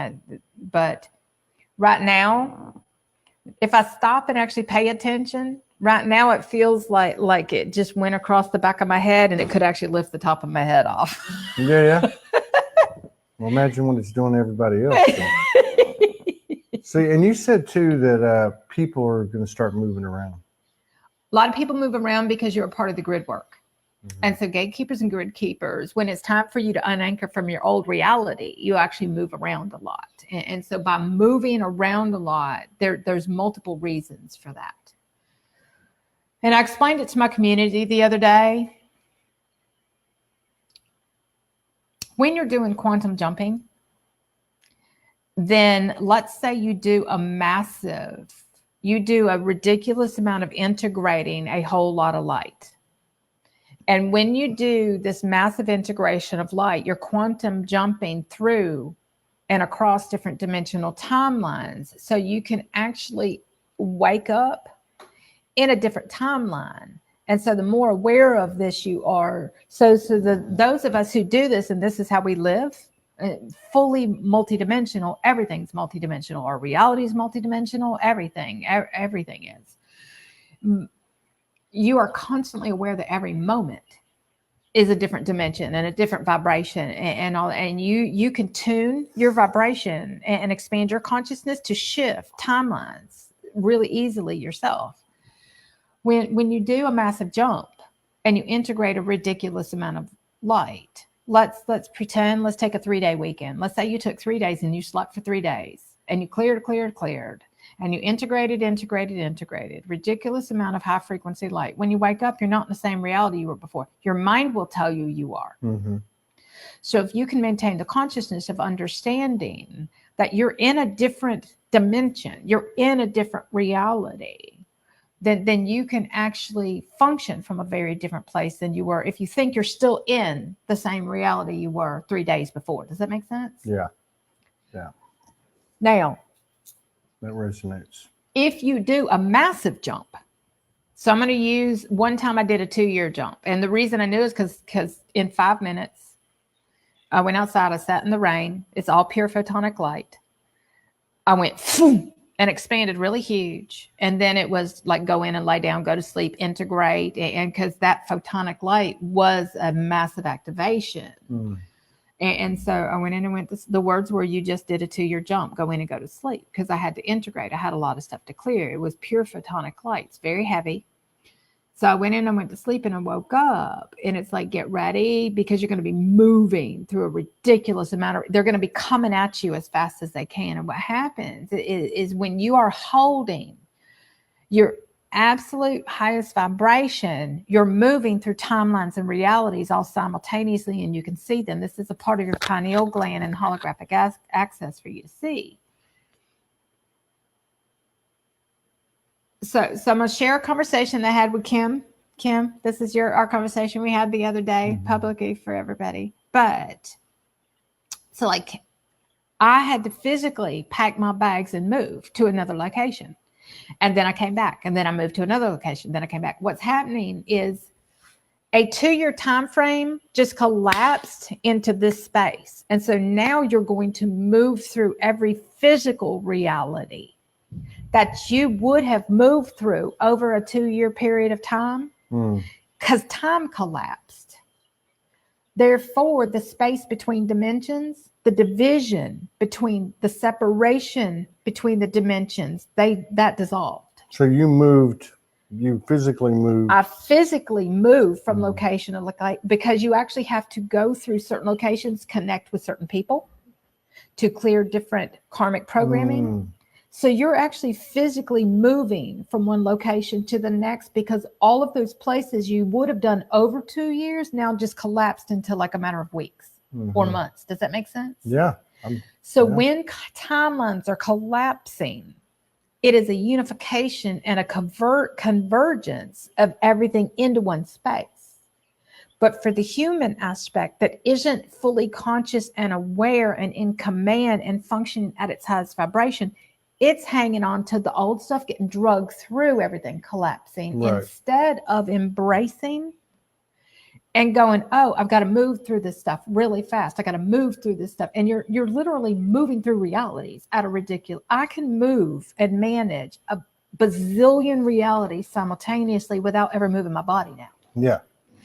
I don't have to move locations unless it's aligned with fulfilling much higher purposes, roles, and supporting what I'm here to do for humanity. The next place I move will support that. Right. But for a while, because I was clearing a ridiculous of old timelines, I was jumping timelines.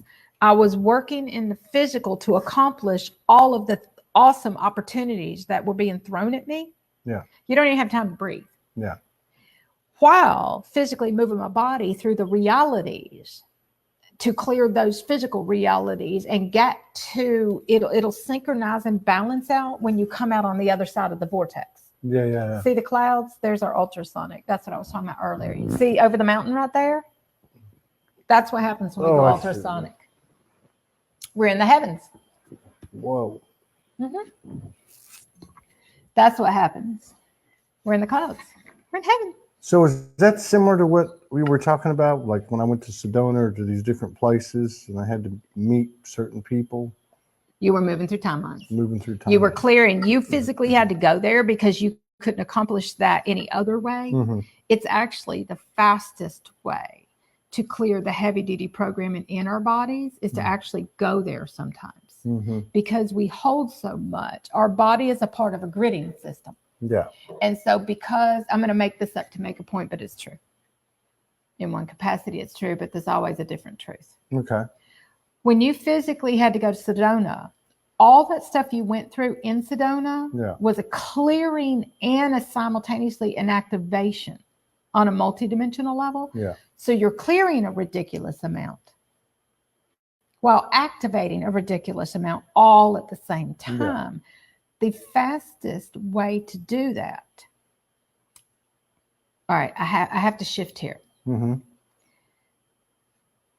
The fastest way to clear it from your body is for your physical body to go there until you can do it from a level of consciousness where your body doesn't have to go there anymore. Like etherically. So like for me, once I hit a certain vibration, then I started clearing and doing all this on a consciousness level. I physically didn't have to go to those places. So at one point when I activated Sirian energies, I flew beneath the Phoenix. I didn't have to go to Egypt anymore. I activated everything, all the codes in my body, all the knowledge came forth. I didn't physically have to go there anymore. Does that make sense? Yeah. Yeah. Somebody asked a question a minute ago, and I can't remember what it was. Let me see. I can pull it up. Hold on, let me see what what it was. I can't remember. Bear with me, guys. Here we go. Yes, clearing very fast now. Now Todd's purple. You're going through the rainbow, cosmic rainbow. I don't know colors. if this was it. Any hints on releasing my expectations for financial support and security? Okay, so when we get into financial stuff, that gets in a whole different topic. Your abundance comes through your embodiment of light. Your supporting is different with each embodiment phase. And so the human body, the carbon-based physical body, how it supports itself is very different than what a quantum light body, how it supports itself. Yeah. And so you're constantly going to go through spinal stuff, and your physical body will go through processes that every time, I'm going to simplify it in the easiest way I can say this, but your universe will support you. When you fully unify with your universe, it's going to tell your human what to do. Your job is follow instructions and relinquish the ego and listen to what your universe is telling you to do, because it's going to be the fastest and easiest path, but it's also going to bring up all your fear, all your hesitation, all your stories, all the victim stuff for a while until all that stuff is gone. But what will happen is support is nonlinear here. It's all quantum. So functioning from a quantum state of consciousness, support is going to be very different because it's all vibrational. It's all relative. It's a vibrational return to what we transmit out and how we contribute to humanity. So the more we step into our higher purposes roles, the more support comes forth. The more we learn to support each other and respect and love each other and share, the more support we get. So it has to do with how much we embody vibrationally our light. But in the beginning, because we can't stay on path in the beginning, because we don't understand in the beginning until we learn what cosmic consciousness and what universal consciousness is and how to live from a state of unity within ourselves, then we're not given abundance, if you will, because in a way we haven't earned it. Yeah. Here, earning it is through stepping into our higher consciousness roles and becoming a part of a higher consciousness humanity and contributing. Yeah. You receive based upon what you contribute and how much you care, but not from, it's how dedicated you are to service as light. It's how dedicated you are to your new earth realities. It's how dedicated you are and how committed you are. If you separate out your money, and you separate out your relationships, and you separate out your job, and if you separate all these things out, you have to merge all of them into one. And so it's a process of, until I understood the purpose of these things and stopped supporting unconsciousness with my energy and my things, I didn't get physical world abundance, because I was the one who was supporting the old. Yeah. I was the one who wasted. I was the one that didn't have sacred respect. Yeah. I was the one who hadn't learned how to share, and that everything was for all of us. And I had to learn all of that stuff. And you learn it when you have nothing. And so a lot of people will have to go to nothing, and we will stay there for a while, because it's teaching us, we're establishing a new earth value system. And that new earth value system is based upon our connection with each other and how much we care and how much we step up and share and how much we contribute. We receive vibrationally on a quantum level. So this is through the embodiment of quantum consciousness. This is through the embodiment of light. And as you embrace your own light, as you hold your own light, the support you need comes forth because you are fully supported in fulfilling your highest purposes here in absolutely every way. You will always be fully supported. And that's a part of what Christed consciousness is to tune in to the energy and to remember. We never did lack, only our human ego did. Yeah. All of the lack stuff is human ego programming. It's a part of the old matrix program. And so it's really important that you actually start to care from a place that you're actually willing to step up and contribute and share. Where we don't, we're the ones that live in lack. Yeah. And so it's a vast process. It's a vast subject because it's so much bigger than that. But years ago, I did a thing on ascension as abundance. As you ascend, you return to purity, which brings your abundance forth because you live from a state of gratitude and appreciation and sacredness. And so when you come to embody your soul, you have a deep sacred respect for everybody and everything.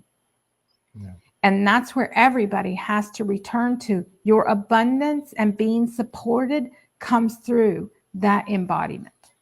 That's about the easiest way that I can say it.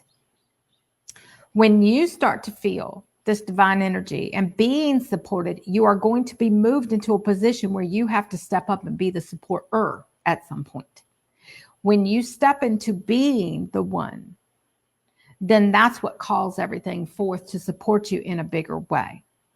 So a lot of you guys that are getting messages from your higher self telling you to step up, that's because the support you need is going to come forth as you step into your higher roles and as you invest in New Earth, as you invest in the new realities, as you invest yourself and all that you have, then the return you receive is relative to what you put into all of this.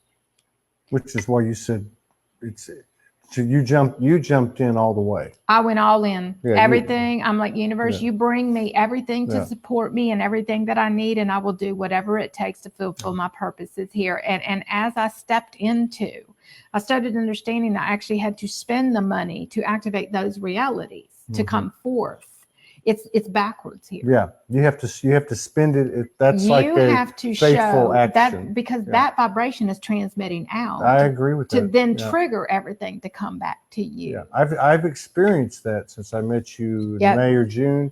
When I dedicated my money and my physical world abundance to all New Earth, everything, it blew wide open. Yeah, and so it was me that was holding back. It was me that was coming from a place of lack. Like you said, you gotta, when you come, you gotta bring everything. You have to go all in. And then like when you told me your story, which from a 3D set of eyes might have looked like, might have looked pretty rough.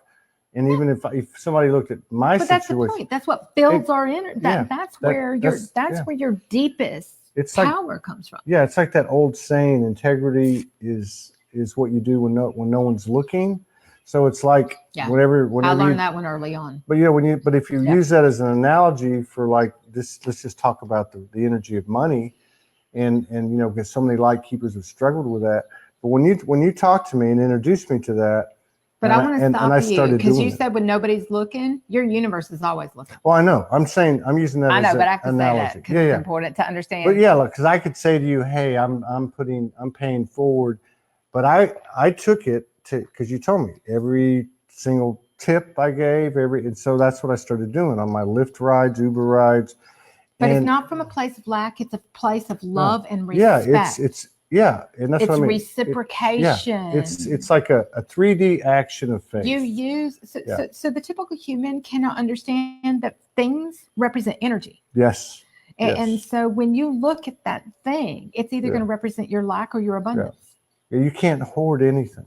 That's like you said to me, when somebody's going to come, they bring everything. They So bring you- everything. So you can't Yeah. like leave your money over here and your and this over here and that over here. You have to bring everything to the party. And all of Everything. you. Yeah. All of you got to Yeah. be all in with everything you've got too. Otherwise, you're holding back. And my saying is, if you hold back, it's your lack. And if you hold back, it's very obvious because you're coming from a place of lack. We step up with the information. We step up with everything.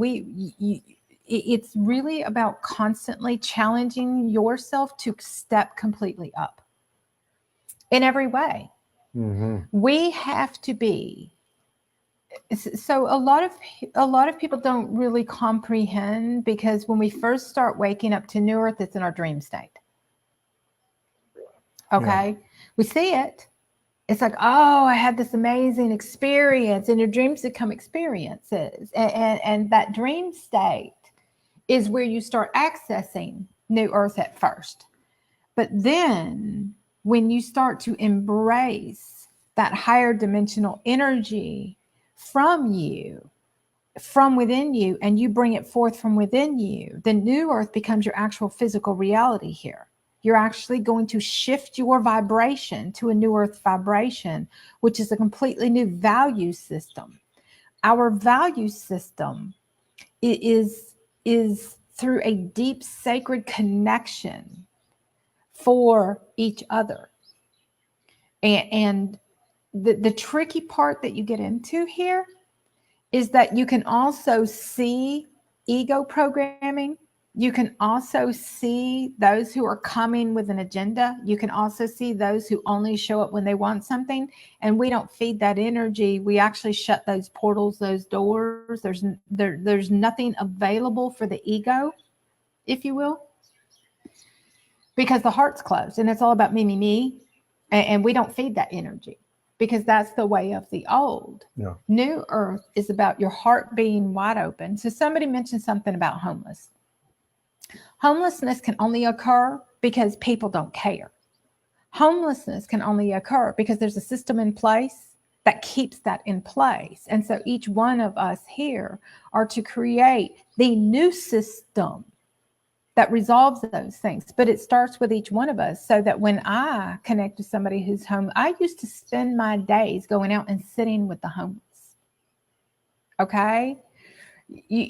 You actually have to start to care to the point they're actually willing to do something in your own reality. You don't worry about what everybody else is doing. This is your reality. What are you doing in your reality? And every day, our reality is dedicated to making a difference here. Every day, our reality is being the difference, being that light being that love and respect. You use your money to make a difference. Then it serves a purpose here, but not from a place of lack. Yeah. From a place of supporting that which creates change that's highest aligned. Through that, so I learned in the early days to take all of my everything and use it to support each other. Use it to support those that I saw that were out there busting their hump every day that nobody was recognizing. I started sending money to them. I'm like, we're to share the abundance. We're to support each other because nobody else was doing it. Does that make sense? Yes, it makes sense. When we step into those roles to actually step up and fulfill those roles, that's how the network and the grid work of New Earth connects. Yeah. But it means every person has to take on that responsibility themselves and step into those roles and be ready. Otherwise, you're disconnected from the grid work and you don't get to be a part of it. Yeah. You get to be a part of what you vibrationally hold. So if that's how you live your life, then New Earth will become your reality. New Earth is built upon the energies of love. Yeah. The energies of a deep sacred respect. The energies, it's quantum, okay? It's not linear. It's not, I did this, so I want this. There are certain things we do set up in a linear fashion because they serve a specific purpose, and those things that serve that specific purpose, they serve much higher purposes, and we set those things up that way. Everything's highest aligned. But let's say, so the human will say, once I know what I'm going to get out of this, I'll do it. Right. That's not how this works. No. You do it, you're transmitting that vibration. Your universe is going to return vibrationally to you when that's your new way, when that's how you live your life, and when you're coming from your highest place, not your lowest place. If you do it because you want something, that's still the opposite energy of old earth, which means it's not going to bring you your highest vibrational reality. Right. So it matters where you come from. This is the most important thing. If you come from a deep sacred level of respect, integrity, honor, consideration, kindness with every breath, kindness, sharing with every breath, higher consciousness, intelligence with every breath, you can't not have this as an experience. Somebody's talking about greed.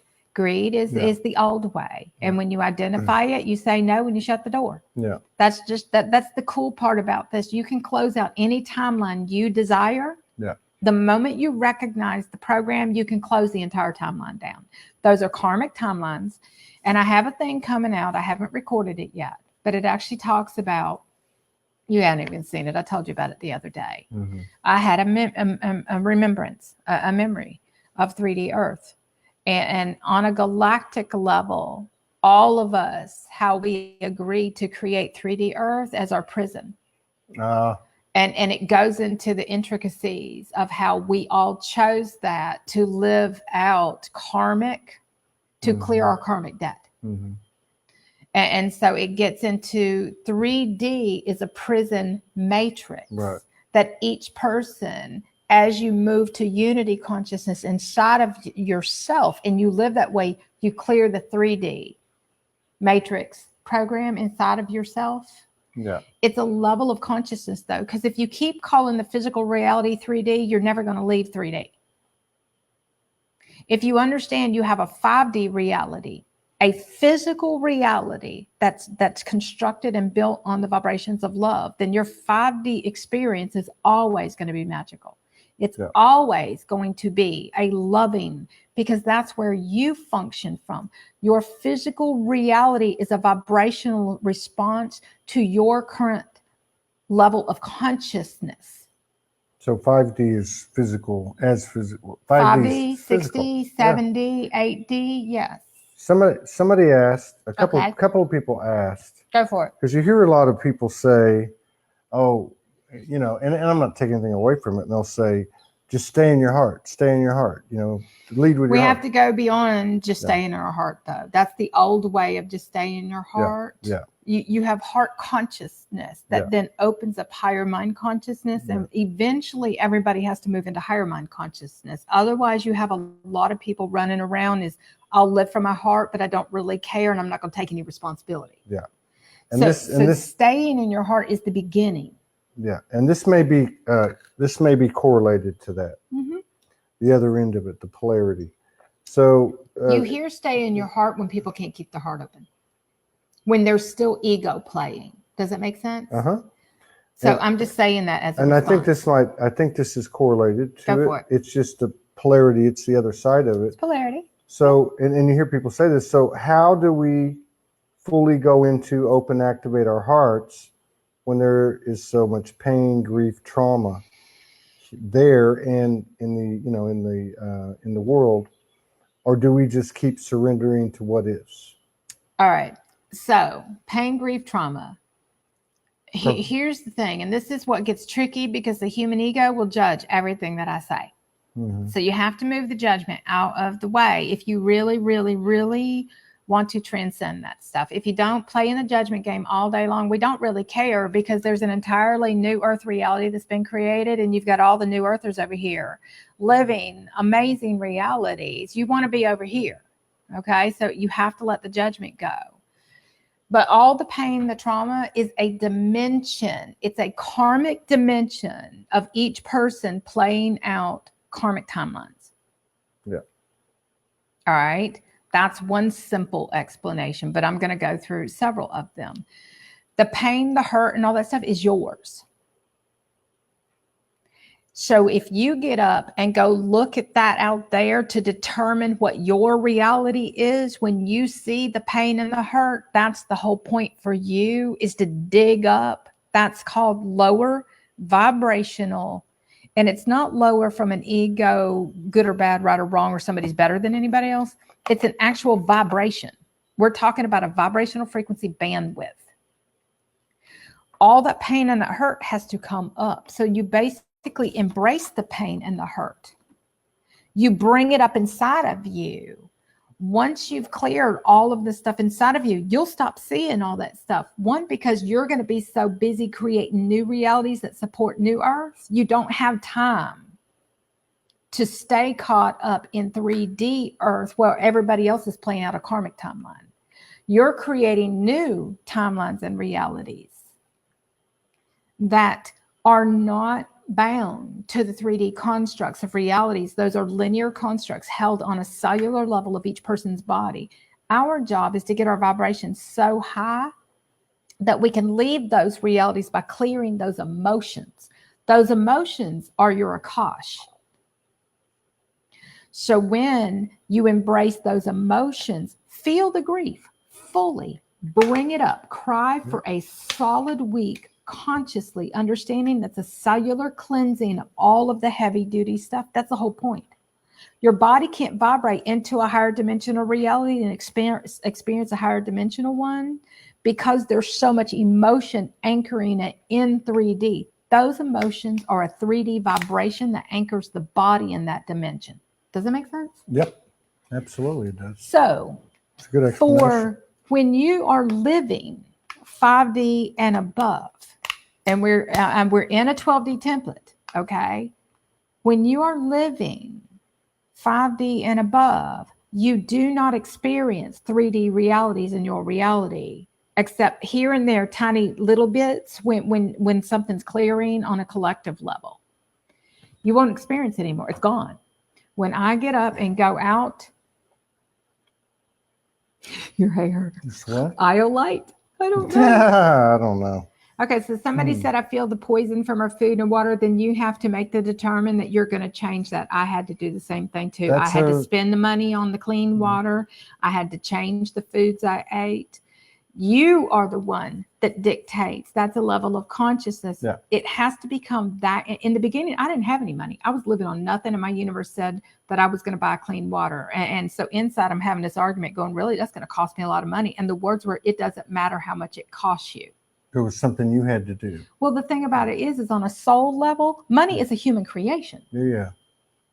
So which means the moment I said I wasn't willing to spend the money, I just placed value on my soul and said it wasn't worth it to me. Yeah. So when you start to understand, you will spend the money. Now your hair is violet. Yeah, you're serious. They're so, everybody's so, this is so cool. Yeah. Okay. Yeah, man. Can you imagine if we had any sunshine today? We would not be visible. I don't know. At all. You wouldn't be visible. I probably would be.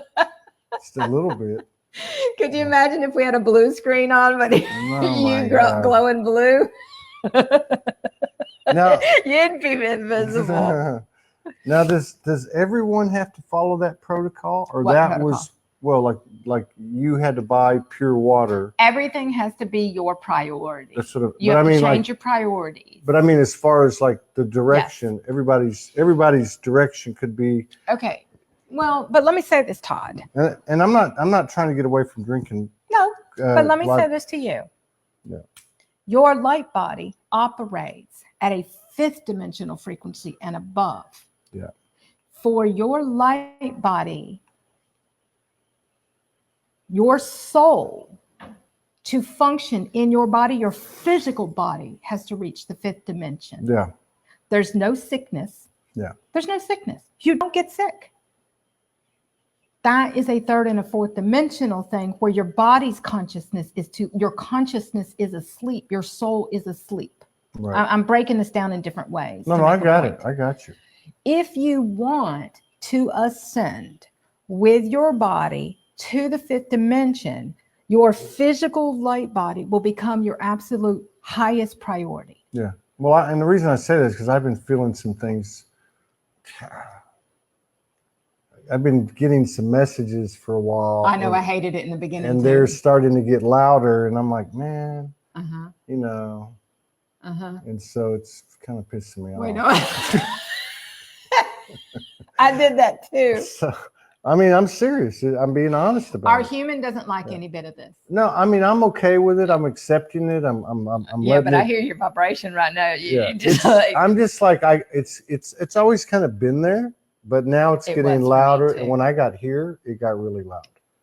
You know, and I'm not going to get into specifics, but I'm hearing it, and I know it's pretty much, you know, it's a done deal. I mean, your body's vibration is the absolute highest priority of all. You cannot do any of this easily if your vibration's not high enough. Yeah. Now, the thing about it is that how to get your physical body's vibration up is everything. It's not just this one thing, or it's not that.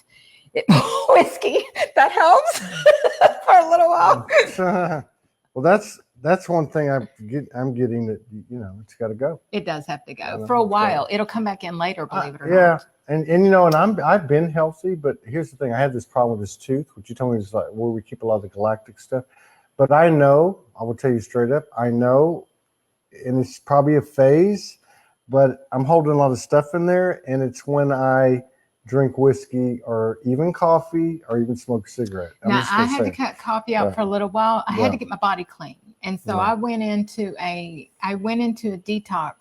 I use Cleanse Smart because I can detox every day. Mm-hmm. I'm about to give you a box of it, by the way. I saw that last night. Okay. And so what happens is I've been on Cleanse Smart. In the beginning, humans, ego used to tell me, oh, you can't do this and you can't do that. And you got to do this. And my universe is going, no, don't listen to all that stuff. You're going to throw all the rule books out the window. Yeah. You are going to listen. I went into distilled water for a period of time, mm-hmm. but then I switched over and I actually went to Fiji water. Yeah. And I have been on Fiji water. I got off of it for a little while, but my universe, Fiji was the cleanest and the highest vibration water that I could drink. And now recently I just bought a water machine to cut out the bottles. Yeah. But at the time I was like, well, what about all the bottles? What about this? And at that time, it didn't matter, because at that time, my vibration was more important so that I could actually step into my roles to do these things. In the beginning, I had to cut everything out, start eating for the rainbow chakra system. I had to start getting my body really clean. I spent 1.5 years of getting my body clean so my body's vibration could raise. I started sleeping with all my crystals. Yes, you cut alcohol out. I cut coffee out. Mm-hmm. Now, once I got my body clean, I was able to bring those things back in because they supported my ability to function and produce. It wasn't feeding programming. Right. It wasn't suppression. Right. Anymore. And there is a point that your life. I see that. Well, I can see where it's tied. I can see its energy. Mm-hmm. It's, even though I might say, okay, this makes me feel good, or this tastes good, I can tell there's some energy that's physically manifesting in this tooth and my jaw. And somebody else said something about that earlier. Yeah. And I know it. And it's the same intuition that I followed that got me on my journey and got me to Hawaii and whatever, Soulogy, whatever, you know. So it's your universe. And because I didn't want to do it, I'm going to resist it, and it's just getting louder. I did that with detoxing. My universe kept telling me for years, detox, and I was in really rough shape. Okay. So when your body needs to hit the 5th dimension, it's got to raise its vibration to 528 hertz. You can start listening to solfeggio tones. There were certain things that I started doing. Your physical body, the 3rd dimension, operates in the 300 hertz range. It's a literal vibration. The 4th dimension, your physical body, is located in the 400 hertz range. The 5th dimension, which is gamma frequency, your gamma light body, your physical body operates at a gamma frequency, which is a brainwave state, which gives you the ability to actually walk on New Earth and experience it in your waking state. Yeah. So we have to be able to achieve. Now, if you're going through alpha, beta, theta, and all these kind of things, the human aspect has to go through all those brainwave states to achieve it with their physical body. Yeah. You notice how slow I move, how methodical I move. but I accomplish at a ridiculous rate. Yeah. The slower you move, the more expanded you can be, but it's an inside thing. Yeah. The cleanliness is necessary. Once you hit, I'm saying this to make a point, and you guys go figure everything out. You're going to learn. We don't really care if people get this. We don't really care if people understand. We don't care if people want to argue. That's all ego stuff. We provide the information. We let everybody go figure it out for themselves because it's your journey. Okay. It's important to understand that when your gamma light body kicks in and takes over, you will no longer be susceptible to anything of the third and the fourth dimension. The foods won't affect your physical body anymore. You can eat anything you want to. Yeah. Okay. And then what will happen is when your crystalline kicks in, that's when your body starts breaking out all over. But it's a softer frequency. That's when your body starts wanting sugar and cupcakes and breads and all these things, because those things are working with your DNA. And the abundance frequencies are actually woven through eating bread and honey and peanut butter and all this other weird stuff that humans are judging. Yeah. So in my early phases, I was eating like a whole loaf of bread every 2 days. And people go, you don't eat bread. You have to cut this out. Well, my abundance kicked in and it went off the charts and everybody else was living in lack, sitting there criticizing what I was eating. I'm like, I quit worrying about everybody else. Yeah. You listen to your higher self. Each phase is different. Yeah. Human has to get their body clean. Yeah. For the light body to kick in and take over. Once you've dedicated yourself to this, you've started stepping into your roles and fulfilling your higher purposes. Which is an analogy, the same thing as we were talking about the energy of money and your habits, Correct. your physical 3D actions with what you do with that. But you can only go so far if your physical body hasn't achieved the frequency. So but I mean, now, it's the same. You can't have one without the other. That's all I'm saying. You can't. You have to. But you your have to ego jump in all has the way. convinced itself it's losing something. Well, it's. I went through it too. It's surrendering. It's just pouting a little bit. That's all. I know. I heard the pout. It's just, and this accelerated it. Coming to Hawaii and then visiting with you 3 times without anything being said, pretty much. You know, I mean, I'm just like, I know what's happening. Turns the whole world upside down. I mean, it's like you can't apply this higher communication to all these other departments. It's all cool, and you don't want to do these. You can't. It's an all or nothing proposition. So. It's body clean, body clean. Your body's got to get really clean. You have to support you're supporting a multidimensional body. You're supporting a light body. You're supporting your own new earth body. And so somebody says my food is expensive. Mine was too. But let me tell you something. The moment that I invested in my light body, all the money I needed came to support me. It didn't matter how much it cost, because your universe is always going to support what's important on a soul level. Yeah, that's right. It's got to be on a soul level. So what's happening is a harmonic realignment from a human reality to a soul aligned reality. Our old human realities were aligned on a human level. Now this is a realignment on a soul level. So your light body is going through a constant recalibration, recoding, realignment process, DNA, rewriting your entire genetic makeup. Your body needs certain things to accomplish this for you, because the human ego isn't going to understand one bit of this. It's not going to make any linear logical sense that it's going to cost you a ridiculous amount of money. But we all are met with the choice, soul or money. And if you choose money, your soul body suffers. Yeah. If you choose your soul and your soul body and your light body and your new earth realities, the money will always come. Money is one of the biggest issues of, separation between the human and the soul. Yeah. And so each one of us have to resolve the money issues around all of that. So, Every bit of this is going to be your decision. Every bit of this is going to be your priorities. Every bit of this is going to be your program. And so paying attention to your programs, okay? Yeah.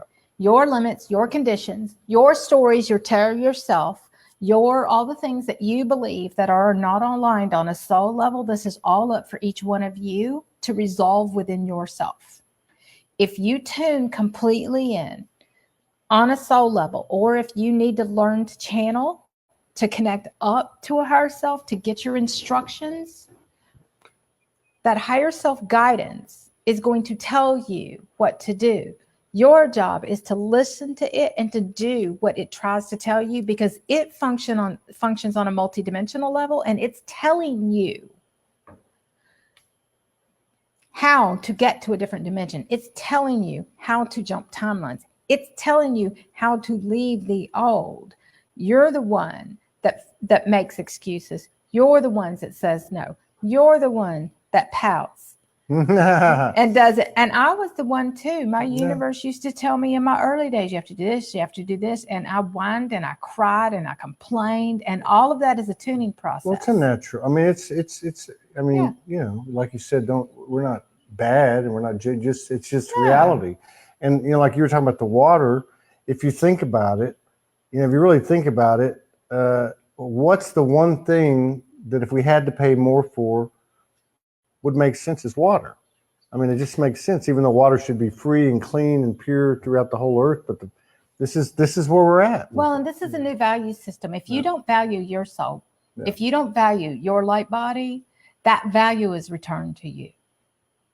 Yeah. Okay. This is you valuing this to where it's actually worth your money. Yeah. And it really is. And so it's an energetic motion towards money is energy. Your divinity. Money is a representation of a level of consciousness, and that's it. So it's really important to understand it's what you value. Yeah. That's what this boils down to. Yeah. For those of us who function on a soul level, we value each other. We respect each other. Mm-hmm. We show up for each other. We care about each other, but we're not there to enable each other. And we're not there to take up. It's different because we realize we have the capability to join our forces, to join what we have accomplished ourselves, bring it together to create and be and do more and all these amazing things. But we're not reliant on each other or dependent on each other to do these things. We do them ourselves. Yeah. And so when I started understanding, somebody says money is, yes, all of this stuff, you have to equate it to energy. Yeah. Okay. Money becomes an energy, a representation. And so money is an energy in form. So for us, it's love energy. For the human, it's lack energy. Yeah. And so you really have to look at where you're coming from. When you're coming from a completely unified place inside of you, you will never lack for anything ever again.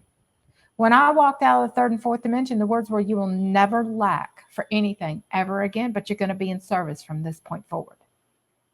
But your money is included in that. Money has to become love. Yep. Money is something you use to teach people, to recognize them, to acknowledge them, to reciprocate, to uplift. It's not a root chakra thing anymore. It's a heart chakra and a higher mind consciousness thing. You have to elevate your consciousness about everything. The physical is the solid form of your level of consciousness that you function from. Does that make sense? Yep. Absolutely it does. Because, you know, like you said, it's all or nothing. Well, a lot of people don't understand that the physical reality is the material reality of the level of consciousness. Yeah. But, you know, even though we're physical, we're still energy. And like if I think about the 2 years I was walking, expanding on the streets when I started. And coming into union. Yes. And inside of yourself. And I ate a lot of McDonald's. But I physically regenerated my body. And I did I did go through this process when I would eat the food.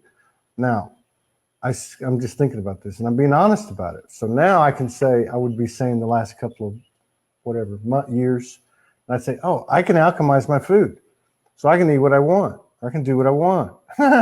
But it's not the same thing. That energy was real back then. That energy, my intent. But now when you tune into the vibration of that food, it's different now. The vibration of the food. It's an excuse. It's a rationalization. You know, it's like, oh, I am supernatural. Well, I am, but in order for me to get to that point over there, I've got to do this.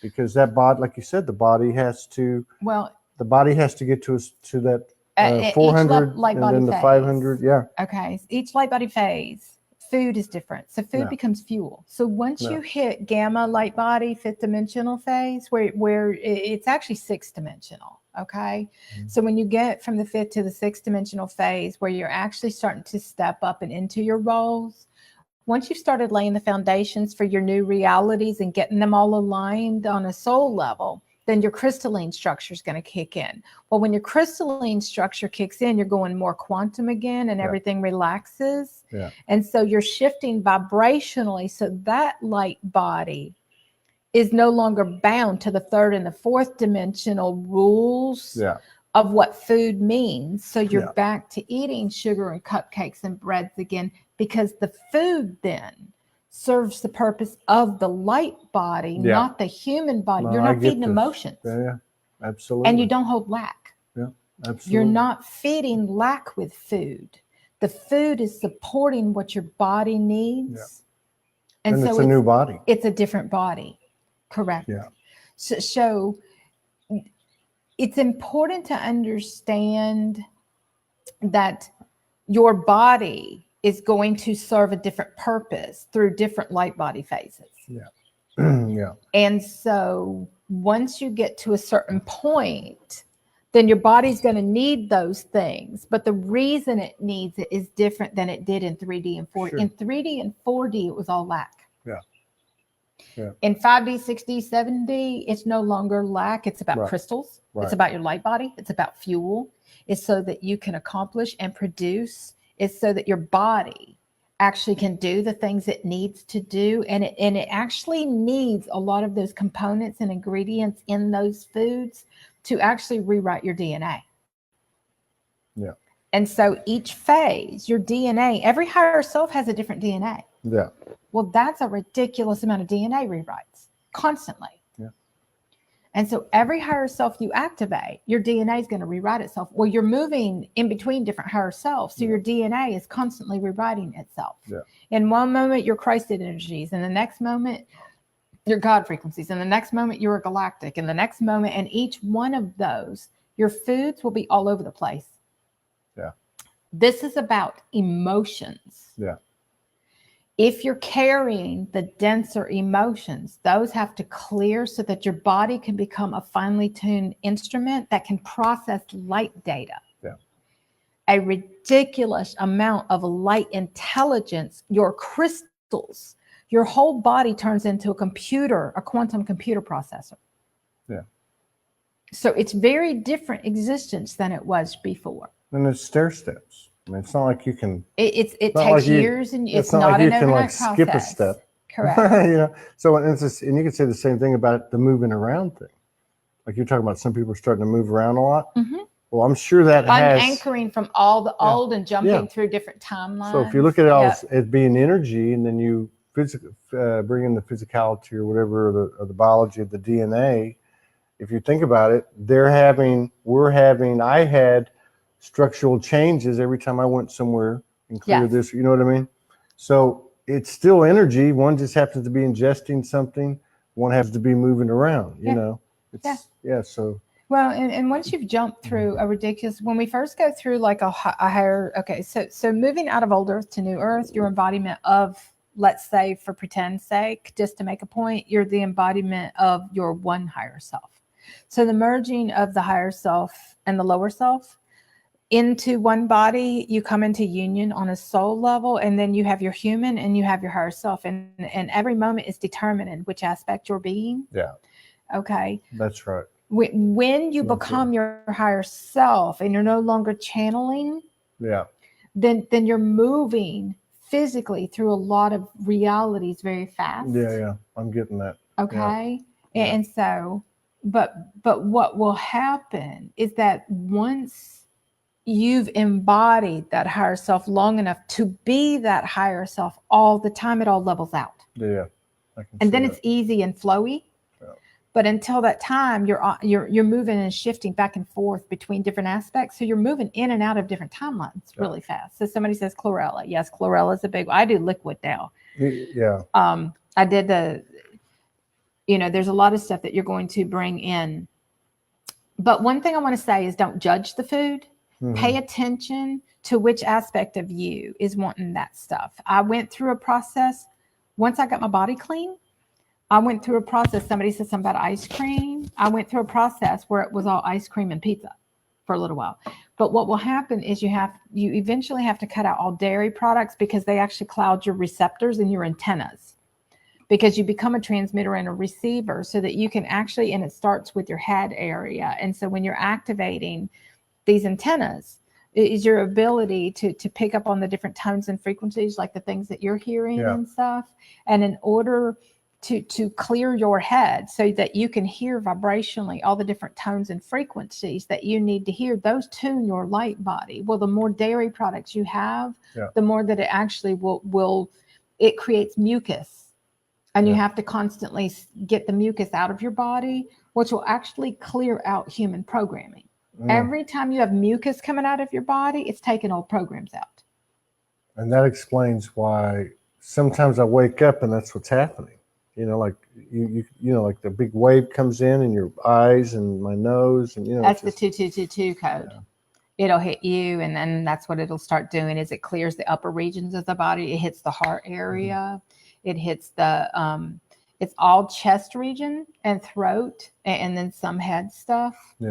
And so yes, it's all about higher consciousness, but it's eventually what will happen is it will be the whole body. It moves through the whole body. So you will constantly feel like your light cells will constantly move and shake. You can feel the grids of New Earth when they activate and start to come online, when the crystalline grids, because your whole body will be shaking. But in the early days, it was shaken like an earthquake. This is a very different shaking.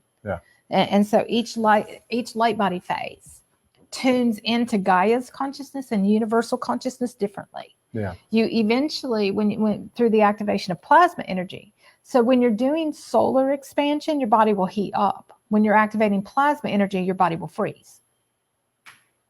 So you can heat up and get really, really hot and burn, and your skin will peel, and you feel like you're about to die, and your consciousness will expand. And that's activating all the crystals in your body when you do.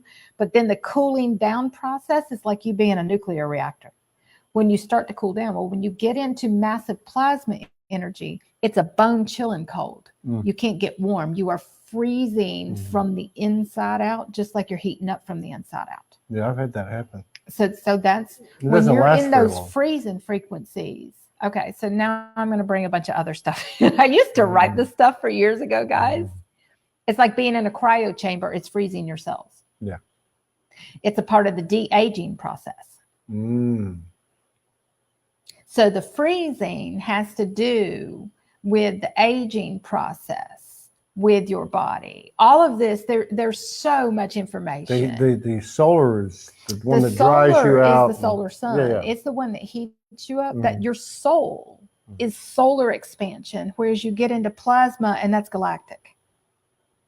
But not really. Because eventually they merge and become the same thing. So you have solar plasma, and then you're doing solar and galactic all at the same time. Does that make sense? Yeah. So, we're in cosmic frequencies.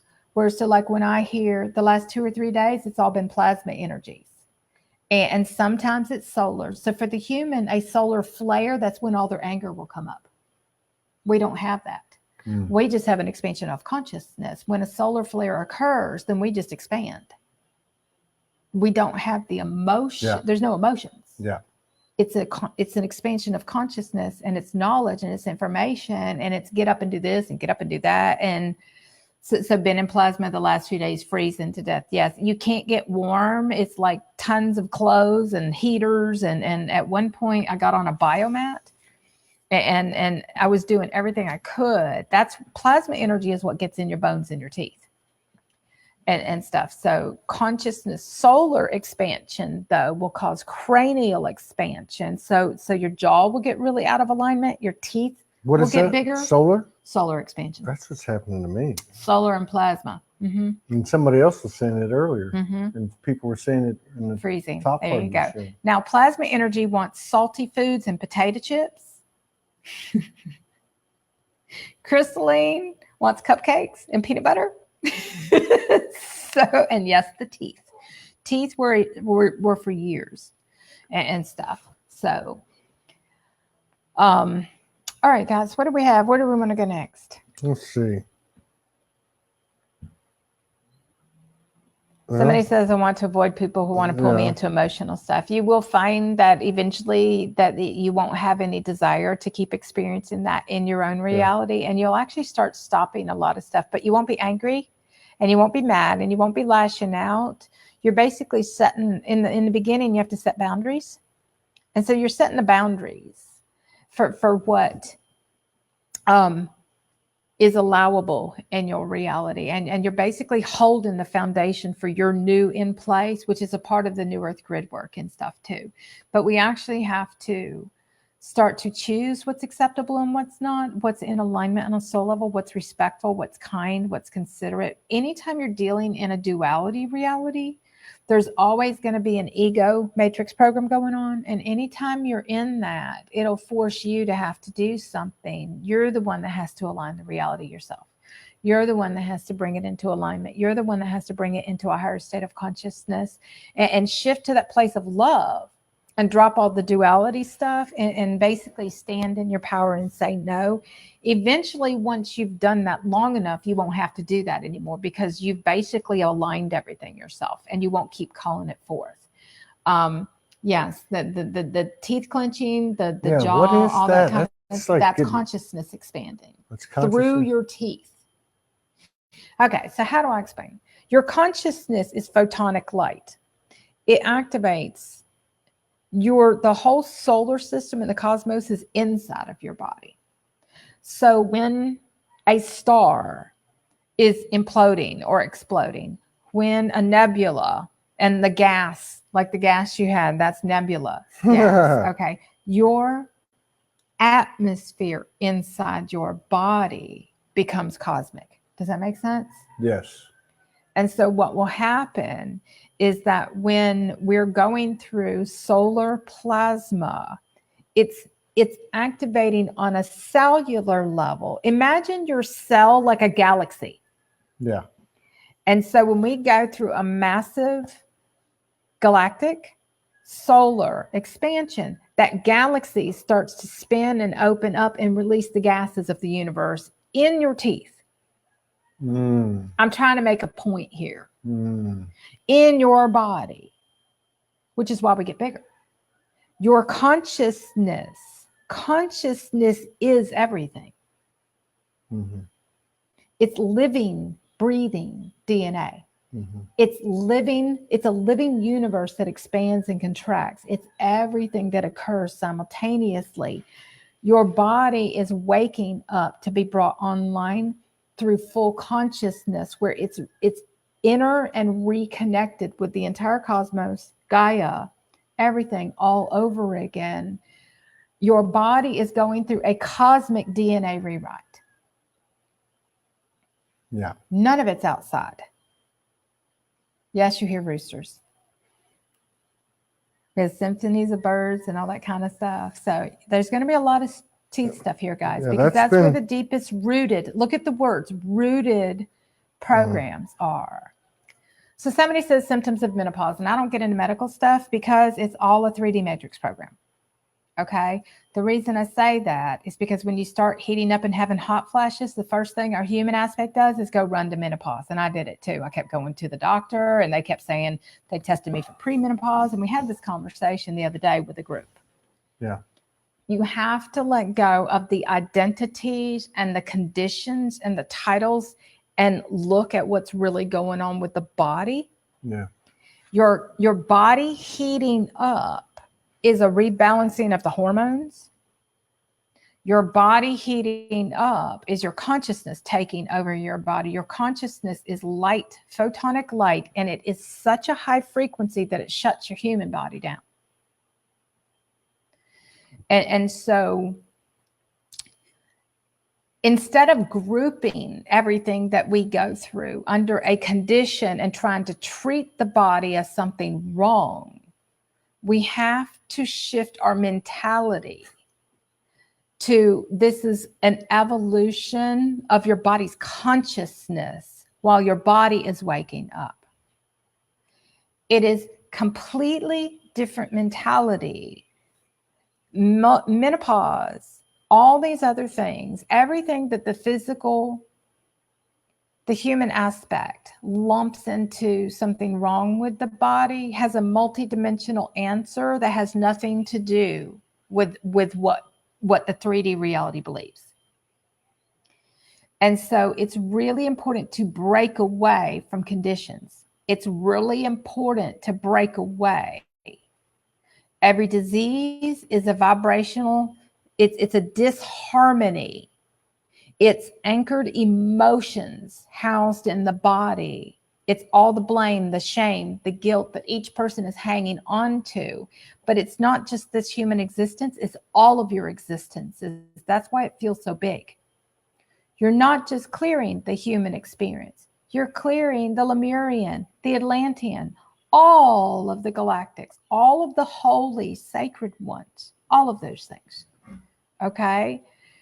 So, diabetes, somebody says about diabetes, and I had that for years and years and years and years too. And it was because my body couldn't process, my body was going crystalline and couldn't process my light because I had so much emotional stuff going on that had to be cleared. Once I cleared all the heavy duty emotions, my diabetes went away. So you guys, your glands, every organ in your body, everything holds your separation. Go get my book, Navigating Dimensions. I write on all of this stuff. It's your body is going multidimensional. Autism is brilliance that can't communicate with the human race. Wow. Okay? There's many other things that it is. But children who are autistic or those who are autistic, they communicate differently. They understand and they process everything differently. Just like those of us who do this, we process light codes. We process data and information. We don't need human words. Humans need words. Humans say words. Humans don't even listen to the words they say. They don't even know what they're saying. Because a word is an expression of your emotions and you're articulating. And we don't need those things. Those who are autistic, they communicate, they process, they have a different nervous system. It overstimulates. But it's really, you guys, the biggest thing is to really look at what the body is doing and support the body and to connect on a soul level instead of a human one. And what will happen is the linear human mind will keep trying to apply the old rules. Yeah. The human will try to apply the old belief systems to our new realities, and you can't. The multidimensionality does not fit into a box, Right. in any way, shape, or form. Multidimensional bodies don't conform to the old anything anymore. What happens is that everybody has a multidimensional body, not just those who are conscious and aware.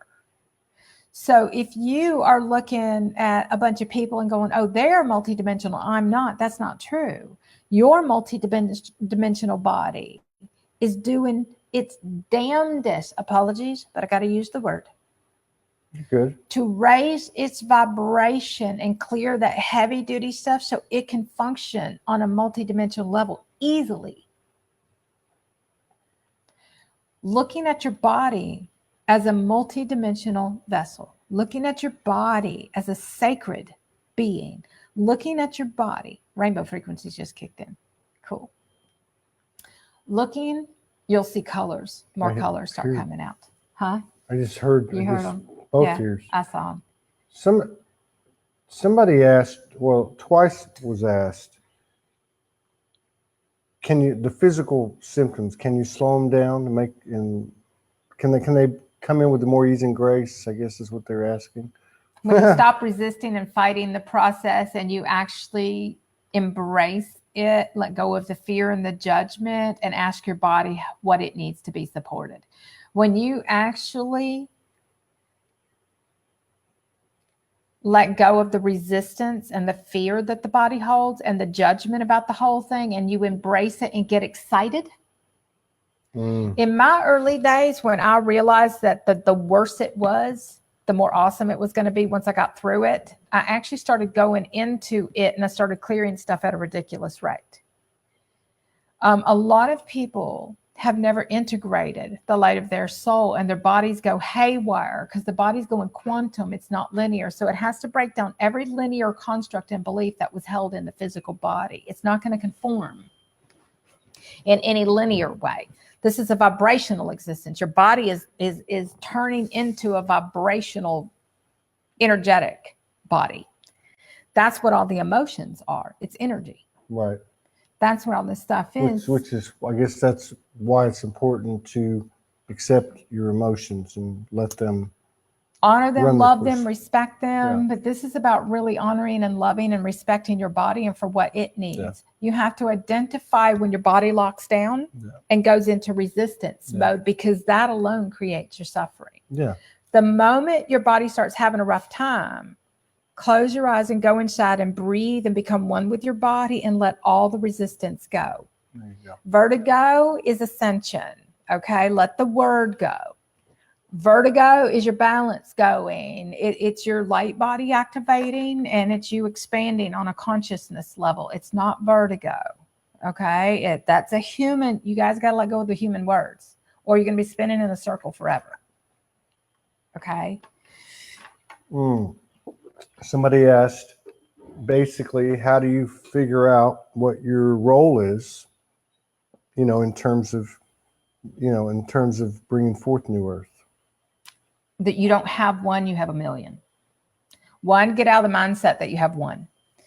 Two, open up. It's going to be something that challenges you. It's going to use all the skills you used as a human. So everything you did in your human realities up to this point are going to come into play with everything that you're going to fulfill.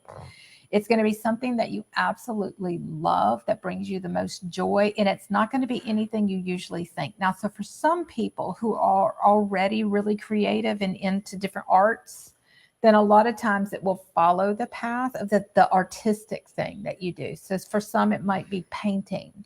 Somebody else might be music.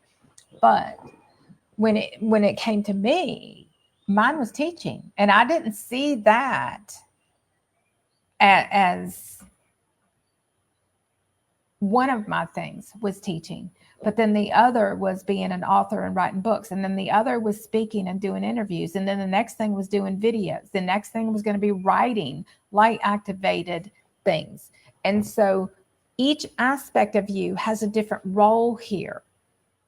And so as you embody each higher different dimensional aspect, that aspect is going to have a different purpose and role. One part of me is I'm my own madman. Madman. I can't even talk. I'm my own I still did it. Okay. It's your teeth, man. Everyone's talking about their teeth. It must be getting more and more prevalent. That's because of the amount of plasma energy that's activating this 24 hours a day. Now it's nonstop. Yeah. So the activations are off the charts. Used to be, only to make a point, it was those of us who were tuned into cosmic consciousness and everybody else wasn't, if you will. Yeah. I'm making a point. Now, collectively, the Great Awakening or the Grand Awakening or whatever you want to call it, it doesn't really matter. The elevation of consciousness out of the unconscious realms, leaving the realms of amnesia and Yeah. becoming fully conscious again. Now it's collective and all over the earth, because those vibrational frequencies and those key codes in each person's body have been turned on. Yeah. And so it's the beautiful part, because each person is a part of the New Earth grid work. It's going to be whatever brings you the most joy. It's going to bring whatever you love, but it's going to be more than that. Okay.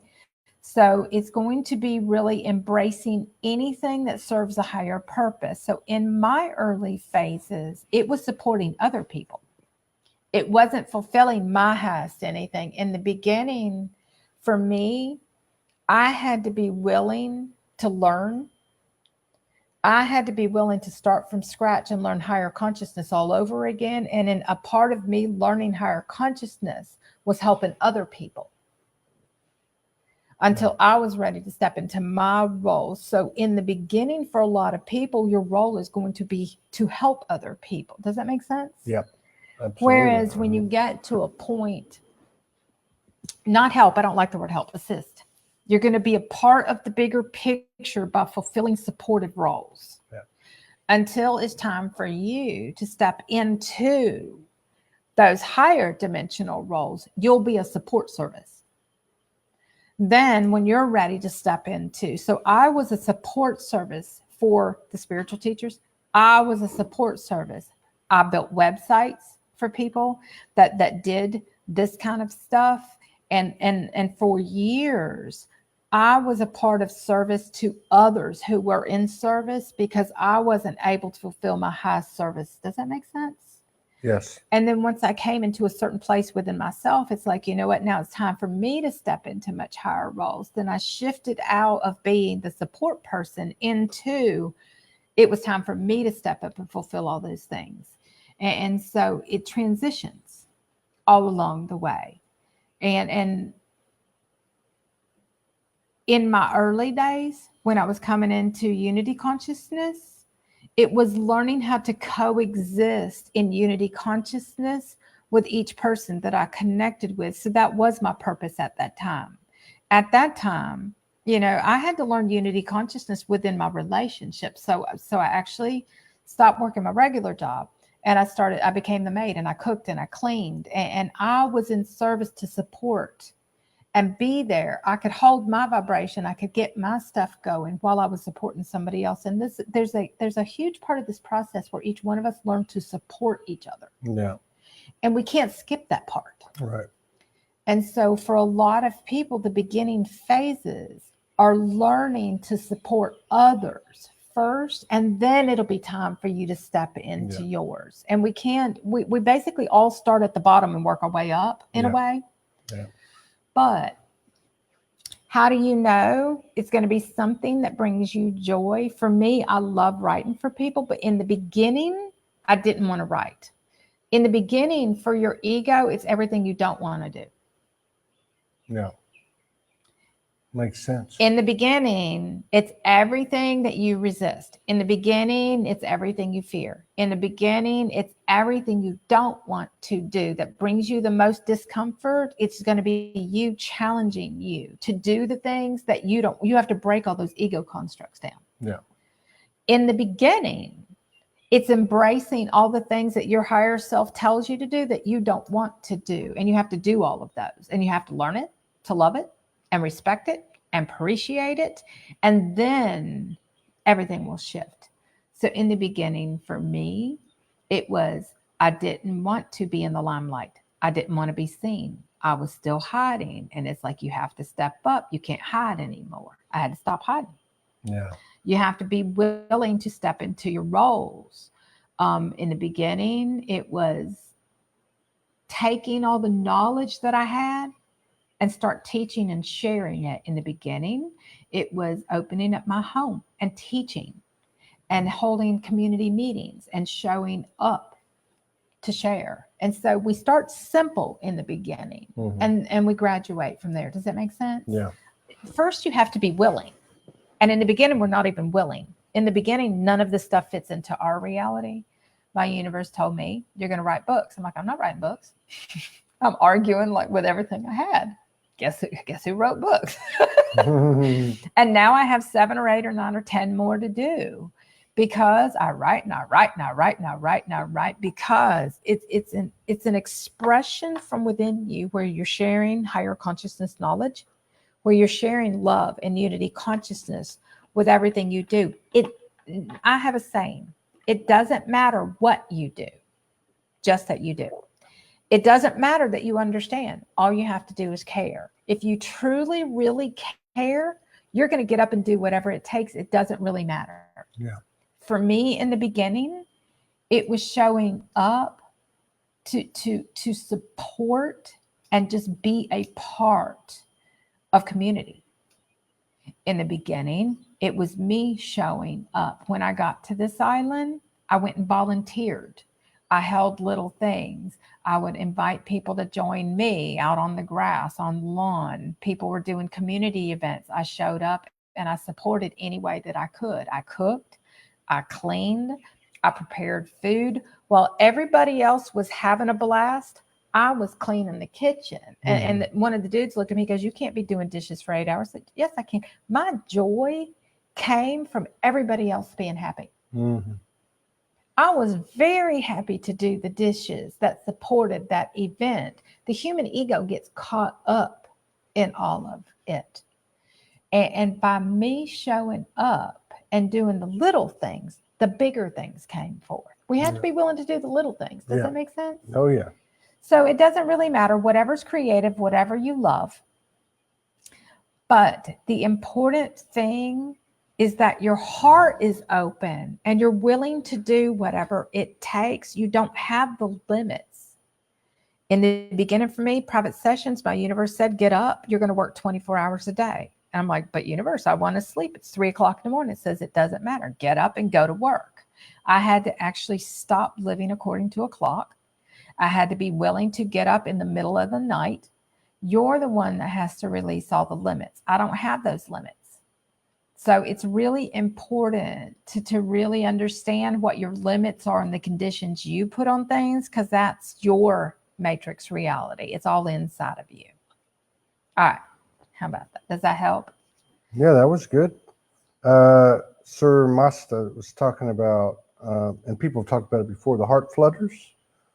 They feel like they're having a heart attack. It's freaky. That's your light body activating your heart. It's bringing your heart online with heart consciousness. It's bringing your heart online with universal consciousness. And yes, when your light activates, it's a photonic charging of your cells. Your light body activates inside of your body, and it's a ridiculous amount of bioelectric energy. It's a ridiculous amount of electrical energy sending shockwaves through your body. It's a ridiculous amount of plasma energy, and it's hyper excited cells. So your cells will actually start shaking and moving all through your body. The electrical energy shooting through your heart will take your breath away and sometimes drop you to the ground. It's intense. Yeah. It feels, some of the times it feels like a defibrillator, one of those things that hits you and shocks you in the heart. And that happened to me it's shocking your heart awake. Yeah. We had no clue our body was asleep. Literally, all the pain centers, all the neural pathways, all the neural networks in your body, they start releasing all that stuff. The body was so deep asleep that when your body starts waking up and light starts running through your body, it starts awakening all that suppression and oppression and all that stuff you were holding in your body. And it starts emitting, your body emits light. Your body starts clearing all of that stuff that was in your body that was anchored in your cellular body. So it's really important to understand that your body's waking up. Your body was asleep. Your body's got to be brought online with a 5th dimensional consciousness, which starts with Gaia's consciousness, which is why you have to get out in nature until you have completely balanced the magnetics of your body and your heart and your higher mind consciousness to actually connect up with the earth. Your head will start a pounding process, and it's synchronizing with universal and Gaia consciousness. Okay. It's not migraines or your pineal gland and your neural pathways trying to open. You guys got to get away from the old mentalities here.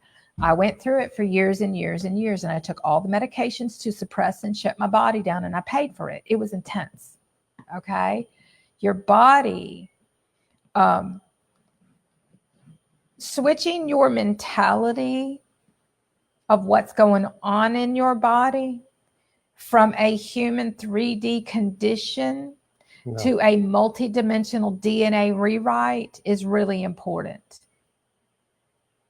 And really tuning into your body and listening to your body. And if you don't understand or you're struggling with it, then go inside and ask your body. Get really conscious, close your eyes. When you close your eyes, you bypass your linear logical mind and you take the power of your mind away.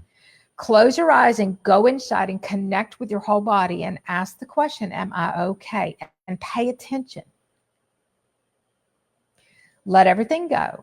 Tune to your body, communicate with your body and ask, and you will get an answer. Yes. If your human will go to fear, your human will freak out. It's really important to understand which aspect of you are listening to, your human or your higher self. That's the one that dictates your reality. Okay? Let me see here. There was something that right here. Oh, this gentleman had asked several times about Oleg. Has asked several times. He's a supporter for the community. He says, my guides showed me some time ago that I am undergoing a process where the 7 chakras are made first to 3 and then to 1, the heart. Yes. What do you think about that? To me, it sounds true and feels right, but many are talking about we're getting more chakras, 12. Oh, you have, I'm working on right now, I'm doing a 22-piece chakra system and stuff because yes, we with the Andaras and stuff. Okay, so I'm not going to go that direction right now. All right. In the original human body, our chakras separated into 7, which represented a separation of consciousness. So the root chakra represents like the heavy duty survival, manipulation, all the heavy duty egoic programs are emanate from the root chakra.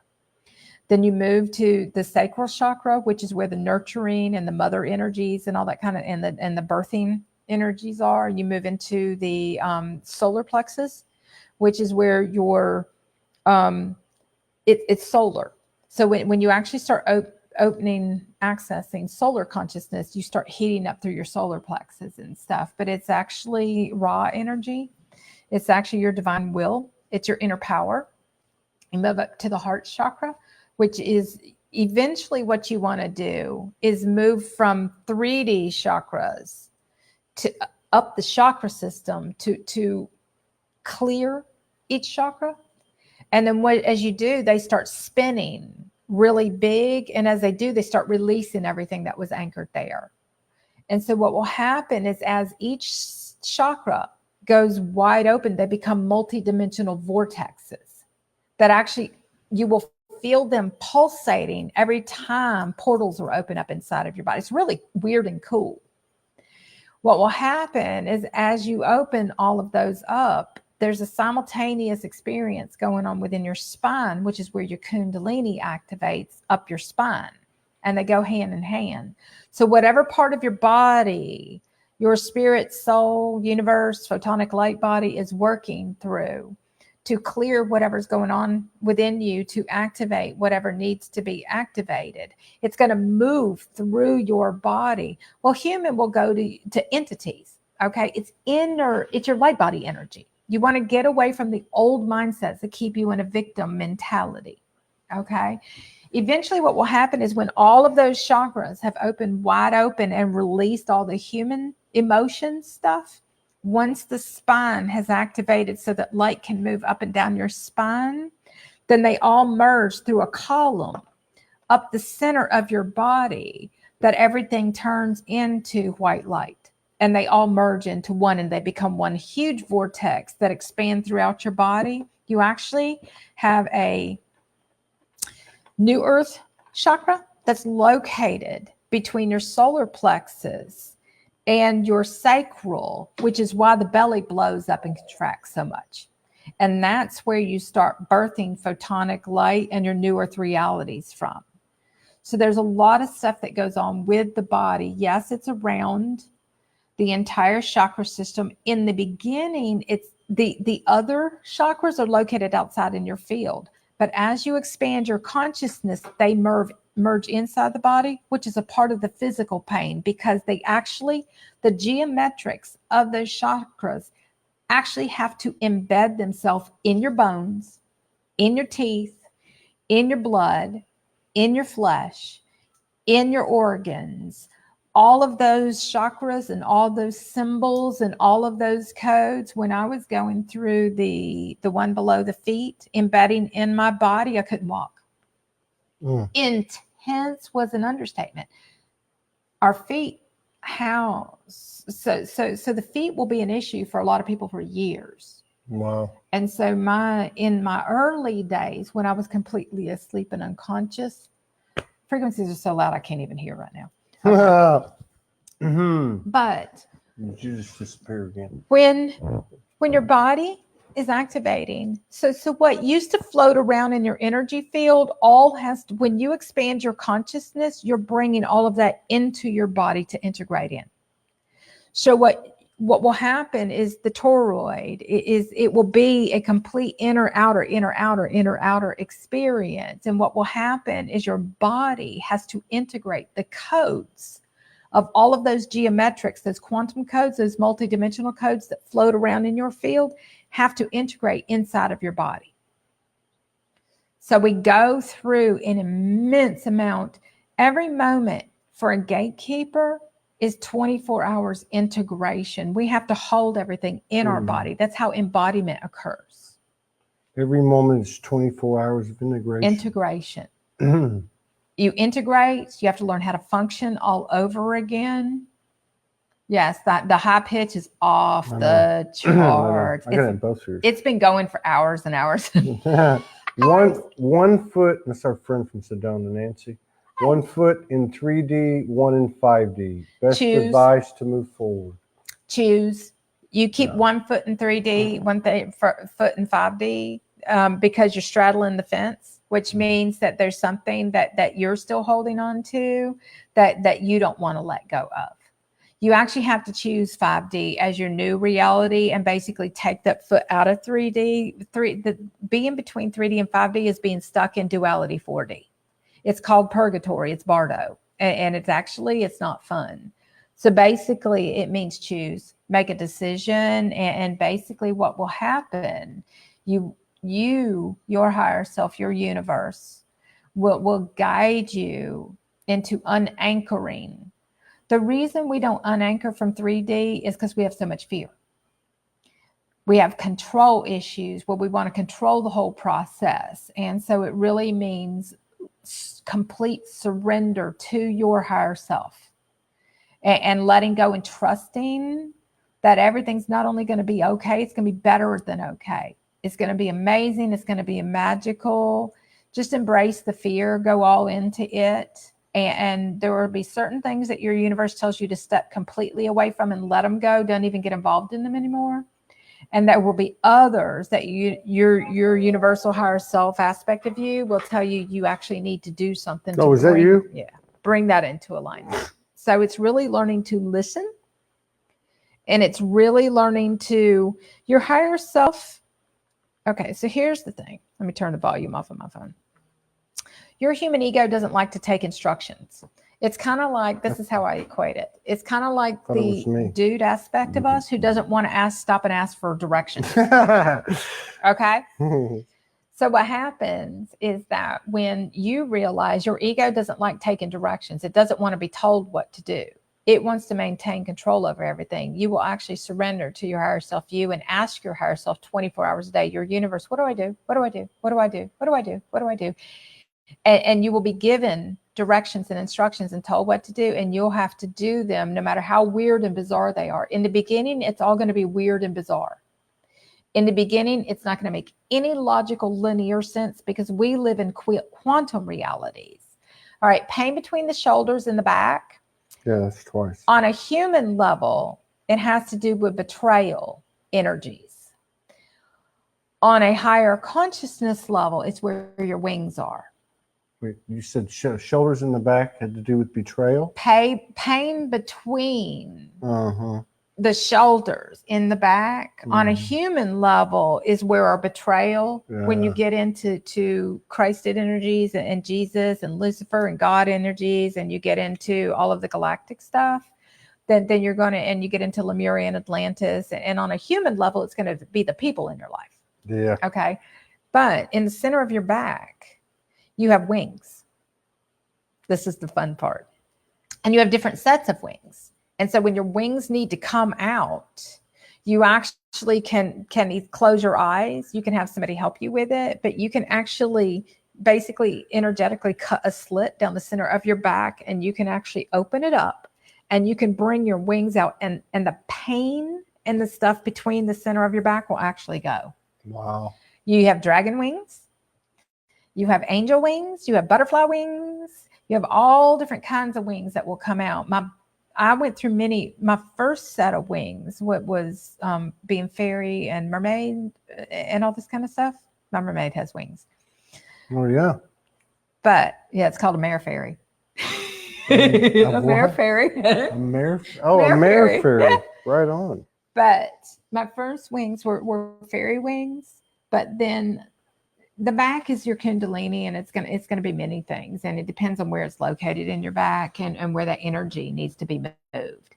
Do whatever it takes to move that energy. I went through many different sets of wings. Somebody says I got 5 sets. Yes, and I've done energy sessions where I've brought people's wings out, and they're beautiful, and your back pain in that area will actually go away. You can actually use those wings to come into your power. And so when I would drive the car, I would actually close my eyes and go inside and bring my wings out. And then I'd go drive. I flew wherever I was going. I didn't even remember getting there. It was so cool. Wow. I had Archangel Michael. When I became Archangel Michael, that kind of like blew my mind. Yeah. Because I didn't expect it. And I was in I didn't meditate. I'm masculine energy. As you see me. Yeah. When I'm doing this with you guys, I'm more of a masculine energy. But when I'm in an exchange, I'm more of a feminine energy and stuff. So when I'm teaching, it's more of a masculine energy. But okay. When Archangel Michael came through me, from within me, took over my whole body, my wings were like 30, 40, 50, 100 feet big. And they filled this massive room. And I had gone to support a girl. She was leading a meditation. And you learn to start going to support other people. And I was in full-blown supportive mode at the time. And so I went to her meditation, and I'm sitting there.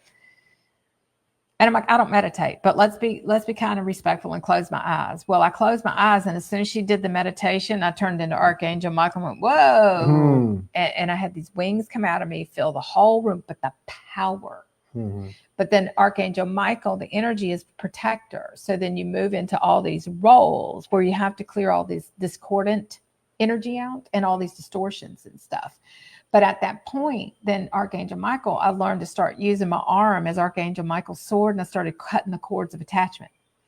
I started cutting all the etheric cords, started cutting the cords of everything as Michael. I would bring my wings out and cut those cords. And so you can actually use the energies of any one of these aspects. It's really cool. Michael's really strong. Then I don't remember, about a year later, I activated the Phoenix energy, which was beyond bizarre, because I had fire shoot out my feet, and these I turned it to the Phoenix, and I had a lady in the room with me, and she's going, whoa, and she's watching the whole thing. So it wasn't just me. But at that point, then I grew Phoenix wings, and talk about power. You have all kinds of wings. And so, but that part of the back will actually be where they are. So you can actually just cut a slit, open them up, bring them out, expand them all the way out. You can actually expand them every time you go into doing certain things, and you'll bring that energy forth within you. It's kind of really cool. Very cool. Yeah. And you said something before. You said a lot. You have a unicorn horn too, by the way. So, I have 2 right up here. That's different. Those are antennas. Those are So- galactic. So you said that some of this stuff doesn't happen in order. Like No, it's nonlinear. because I know like the first Mhm. thing that happened to me, of course I didn't understand it, Mhm. was the Archangel Michael thing because it was all about cutting these I cords. saw you look at me when I Yeah, said that. I remember that. Yeah, Mhm. it happened. We all eventually will become. One of my first archangels was Ariel. And you guys got to get rid of the battle of the dark and the light. Got to get rid of the false BS. Okay. Every bit of this has an important purpose. It's each person resolving their own separation and their own stuff. So if you're playing in the ego matrix of the falseness, it's just another ego construct. Okay. It's either pure, it's either soul aligned, it's either your highest vibrational place of love, or it's not. It can't get more simpler than that. And so you want to stop playing in all of the mudslinging. You want to stop playing in all the judgment. Yeah. You want to stop playing in all that stuff, because that's going to keep you spinning in a karmic timeline that your reality is going to collapse. You want to choose to elevate your consciousness and open your heart bigger to transcend all of that stuff. Because the moment you make that choice to let all that battle go, then you get to bring love and peace and freedom and the most amazing and magical realities through. You get to experience the brilliance of New Earth. Yeah. So you are the one that has to choose to do this. And you're not going to find, there's certain things that you will find. Those functioning from their highest state of consciousness won't be catering to the old stuff anymore. So there's a lot of, when you step into a way shower role, you're constantly going to be leaving everybody behind. Yeah. You're going to be leaving the old realities. You got to get okay with all that stuff and all the judgment of everybody else, because the judgment is the limited ego aspect that can't see the bigger picture and is still judging reality according to emotions, mentalities, conditions. All of the 3D matrix limits is all judgment. You can't see the bigger picture unless you let completely go and shift your consciousness to a much higher place and function from a higher place within you. Then you get to see more. But if you're judging anybody else, then you're the one that's going to stay stuck. Yeah. So judgment is one of the, you cannot go through physical body ascension. You cannot ascend your consciousness until you transcend judgment from within you. That's one of the biggest ones that there is. Right. And anytime you form an opinion about anybody else, you're in judgment. Yeah. And you're in your ego. And so there are no negative entities. I wanted to ask, let me formulate a question that covers all of that. Go for it. Because you talk about how it's levels of consciousness. It is. You know, okay? And when I was Yeah. really unconscious, I played in the entity Yeah. game too. And I Yeah. was scared shitless Yeah. and all my stuff was coming up. Apologies for the language, guys. It's not a disrespect thing. It's to make a point. Yeah. Go ahead, Todd. And what and so I just want to give more clarification because I already know the answer, but this would include, you know, the negative thing, the dark and light thing, archonic, fourth dimensional nefarious influences, implants. Correct me if I'm wrong. These are all these are all an accepted truth at a level of consciousness that we have to break through, and They're then a matrix program. then it becomes a story. They're a matrix program. Right. They're all a matrix program. Okay. Now the thing about it is everything is just energy. Yeah. It is the value we assign to it. So if I call it a negative energy, that's my view, which means that that's the energy I'm holding. Yeah. Okay. You take the word entities and you turn it into the word energy. As long as you're playing in an entity game, you're going to be a victim. Yeah. It is energy clearing your body that is of an unconscious program of separation. It is your separation from self as pure source light. Yeah. And so believe me, I went through it. All of it is how I understand all of this. I did it. And you know, because I had a guy tell me one time, oh, you're possessed by a bunch of entities. And I believed him, which meant it was my belief. But the moment and I spent the next year or two trying to clear all these entities, come to find out, they were all aspects of me of where I didn't love myself yet. Yes. That's all it was. Yeah. And as I softened and stopped trying to blame everybody else and escape, owning everywhere I was holding on to heavy duty hurt and blame and shame and guilt and all this stuff, as I started to love and accept me, as I started to put me first and stop playing in the old stuff, all that stuff dissipated and went away. It's all a matrix program, all of it. And at that point, it becomes a story. Then it becomes a story. It's a story, and it doesn't, like you said, to instruct and to learn or whatever. That's when the story's relevant. But then you move on to the. It becomes a teaching tool. Yeah. Story is something you tell yourself, that you convince yourself, that you try to convince everybody else of too. Yeah. You know, and for us, there really are no stories. We tell a story to get a point across, but our stories are to teach. So basically everything, unless you're using it to teach somebody, then what happens is you're caught up in the story yourself. Yeah. For those of us, if you'll notice, when we're telling a story, we're teaching.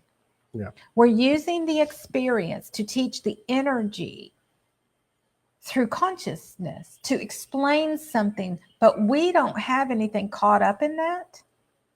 Now, the beauty is that when you clear it from your Akash completely, the emotion is gone and the memory goes. So you won't have a visual. You won't remember it anymore either. It all goes. And does that also translate into any type of physical manifestation on your body? All of it. Yeah. It all goes. And so clearing your entire Akash, and we have different levels of Akash. Mm-hmm. So we have the human karma that we have to clear.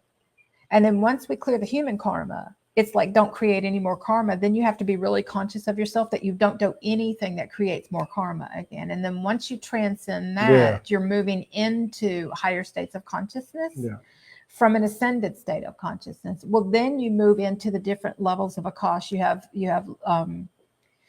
the Atlantean, Lemurian, you have the Galactic, you have Inner Earth, you have all these different Akashic records, and you have to clear all of them. And so what you're doing is you are clearing the distortions between the feminine and the masculine, and you merge them into one energy, and there's no more masculine or feminine anymore. Right. And so when you get into the divine energies, they're very sacred and pure. So the ego will walk around all day claiming all these things, and it's still playing in the separation of masculine, feminine. Yeah. For us, we're androgynous. Yeah. We're light. Light doesn't have a sex. Right. Okay. It might have the energy of a more masculine energy or a more feminine. A divine masculine energy is going to be power from love. It's going to be this pure state of love. I love you, but no, I'm not going to accept that anymore. I love you, but I'm not playing in your games anymore. I love you. And it's an I love you, but no. But it's also the one that steps up and gets it all done. Right. It's your divine feminine is pure, and it's a part of being.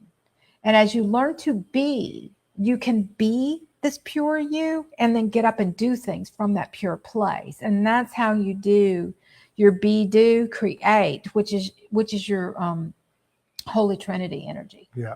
Okay. Makes sense? Oh, yeah. Yeah. Yeah, it makes total sense. I don't want to repeat myself. So if we get into something that causes me to go there again, you'll know why. Well, this is good. It's a good broad everything. subject matter. Yes. What do we have next? Mr. Blu-ray over there. Look at him. We've been working with the Blu-rays a lot lately. We have another question which has to do with the physical situation, but cool. But I would just, to encompass it with the other ones that we skipped over, we can identify. Let me just ask you this: How would you go about identifying what the root cause is of a physical manifestation, like a separation? Yeah. And could separation. and how from do you yourself how would and you recommend source. to somebody who's just waking up to clear it? You know, how to in other words, I've got a problem in a part of my body. I want to clear it. Challenge the old mindsets. Let go of the old beliefs. Commune, connect, get out in nature so that your body can naturally raise its vibration back easily. Connect with your universe, your higher self. If meditation is how you raise your body's vibration, then you got to get your vibration out of the third dimensional realm. And meditation for a lot of people is how you get your body into a higher vibration. But what will happen is when people stop meditating, they'll disconnect and go back to a low vibration to function. When you get up for meditation, you have to maintain that vibration and you have to be able to walk around and function in that vibration. That's the key. Which is, I had to learn that. I never really meditated very well because I was more masculine energy. So mine was driving the car. Mine was doing the dishes. Mine was doing laundry. Mine was cleaning. As I was moving around, I was able to commune. As I was moving, it's really synchronizing inside and harmonizing inside with on a universal level with Gaia. With the universe. And so the physical body, let go of the mindset that you're broken and something's wrong and that you need to be fixed. Let go of the mindset that you don't have the power to do anything, that somebody else has to do this for you, because that's going to keep you in a victim mentality where you're not going to be connecting inside. Do whatever it takes. It doesn't matter how you do it. There's a bazillion ways. Make the vibration of your body number one. Now, the thing about this is we don't understand in the beginning. Laughter, it can be that simple. Maybe dancing around your house. Joy, happiness. If you're not happy, your vibration has lowered. Do whatever it takes to get your happy back.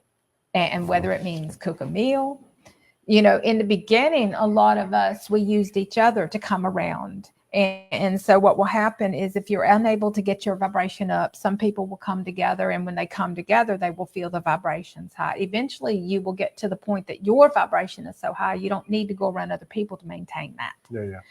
But music, yes. I used to turn the music on and dance around my house and clean. I filled my house with crystals. Clean your house. Get rid of all the clutter, because everything that you have lends to your level of consciousness and keeps your body. Everything you bring into your consciousness affects your vibration. Everything you watch, everything you connect to, everything you feed your consciousness into is transmitting a vibration into your body. You have to get picky of what you're going to bring into your field. All the physical things around you have to serve a vibrational purpose. Music and dancing, yes. Start listening, different tones and frequencies, whatever act. It doesn't really matter what you do. There's a million, bazillion ways to get your body's vibration up. But one thing is natural support. Any vibrational and natural support will assist your body with repairing itself and returning itself to pure natural health. Health is, for the human, the body has to heal. But once you have become whole inside, you have nothing left to heal. So understanding that when your body is going through conditions and things like that, then you're separated off into another time, another something. And there's a piece of you, bring those pieces back in and merge inside and allow your body to raise its vibration back. Does that make sense? Yeah, because regardless of where you might have something going on in your body, I have something else, but you're saying there's one way to cover it all, really. Well, it's a way of life. Looking for the cause. Yeah. The human aspect of, oh, well, so-and-so did this and this event in my life and that's all story. It doesn't matter. It's all gone. It doesn't even exist anymore. Right now, your body is screaming for attention and love and respect. That's what it needs from you. Love, respect, support. If your body says, I need to sleep for a week, then you have to make, you don't know how many people tell me, oh, I can't. Okay. I guarantee you, those of us who said I'm not willing to and I can't, we got dropped to our knees until we were begging. Okay. So it's really important to understand if your body says I need to sleep, then you're the one that has to learn to listen to your body, respect your body, love your body. It is your vessel. It is your sacred vessel, the container for your soul, and it's begging to raise its vibration, and it can't because you won't let it. You won't support it. So it really means changing your mindset completely and letting your body tell you instead of you telling your body. Now, there will come a point in the process later that you will actually work with your body and say, okay, body, get me through this. And you can actually, your light body can go forever and ever and ever and do a ridiculous amount of things. But right on. There's a bazillion ways. It's don't limit yourself to one, do them all. Yeah, it's a lifestyle. It's a complete everything. Yes, it right is. on. All right, where are we at? They're going to shut us down in All right. 5. We did it, peeps. We did. Thank you guys for joining us today. We really appreciate it. And you guys show your love, show your gratitude, show your respect, show everything. Open up, stop hiding. Get visible, get yourself out there. Start stepping up and into your roles. Start letting go of all the old, identify the old programs inside of yourself and choose to let them go. It's really, really important. Look at that. Did we go 4 hours? Yes. Holy, it's so easy. I love you guys. Thank you so very much for joining me and Todd. We're going to do this again. Yeah. Now that he's here, we're going to do some more stuff. So yeah. We'll glow together another day. She'll disappear and I'll be left here by myself. Yeah, it's going to be like the ghost in Mrs. Muir, that old movie. All right, we'll see y'all. Bye, guys. Thank I you very love much. Keep doing. Y'all take care. Go shine your light. You're right about the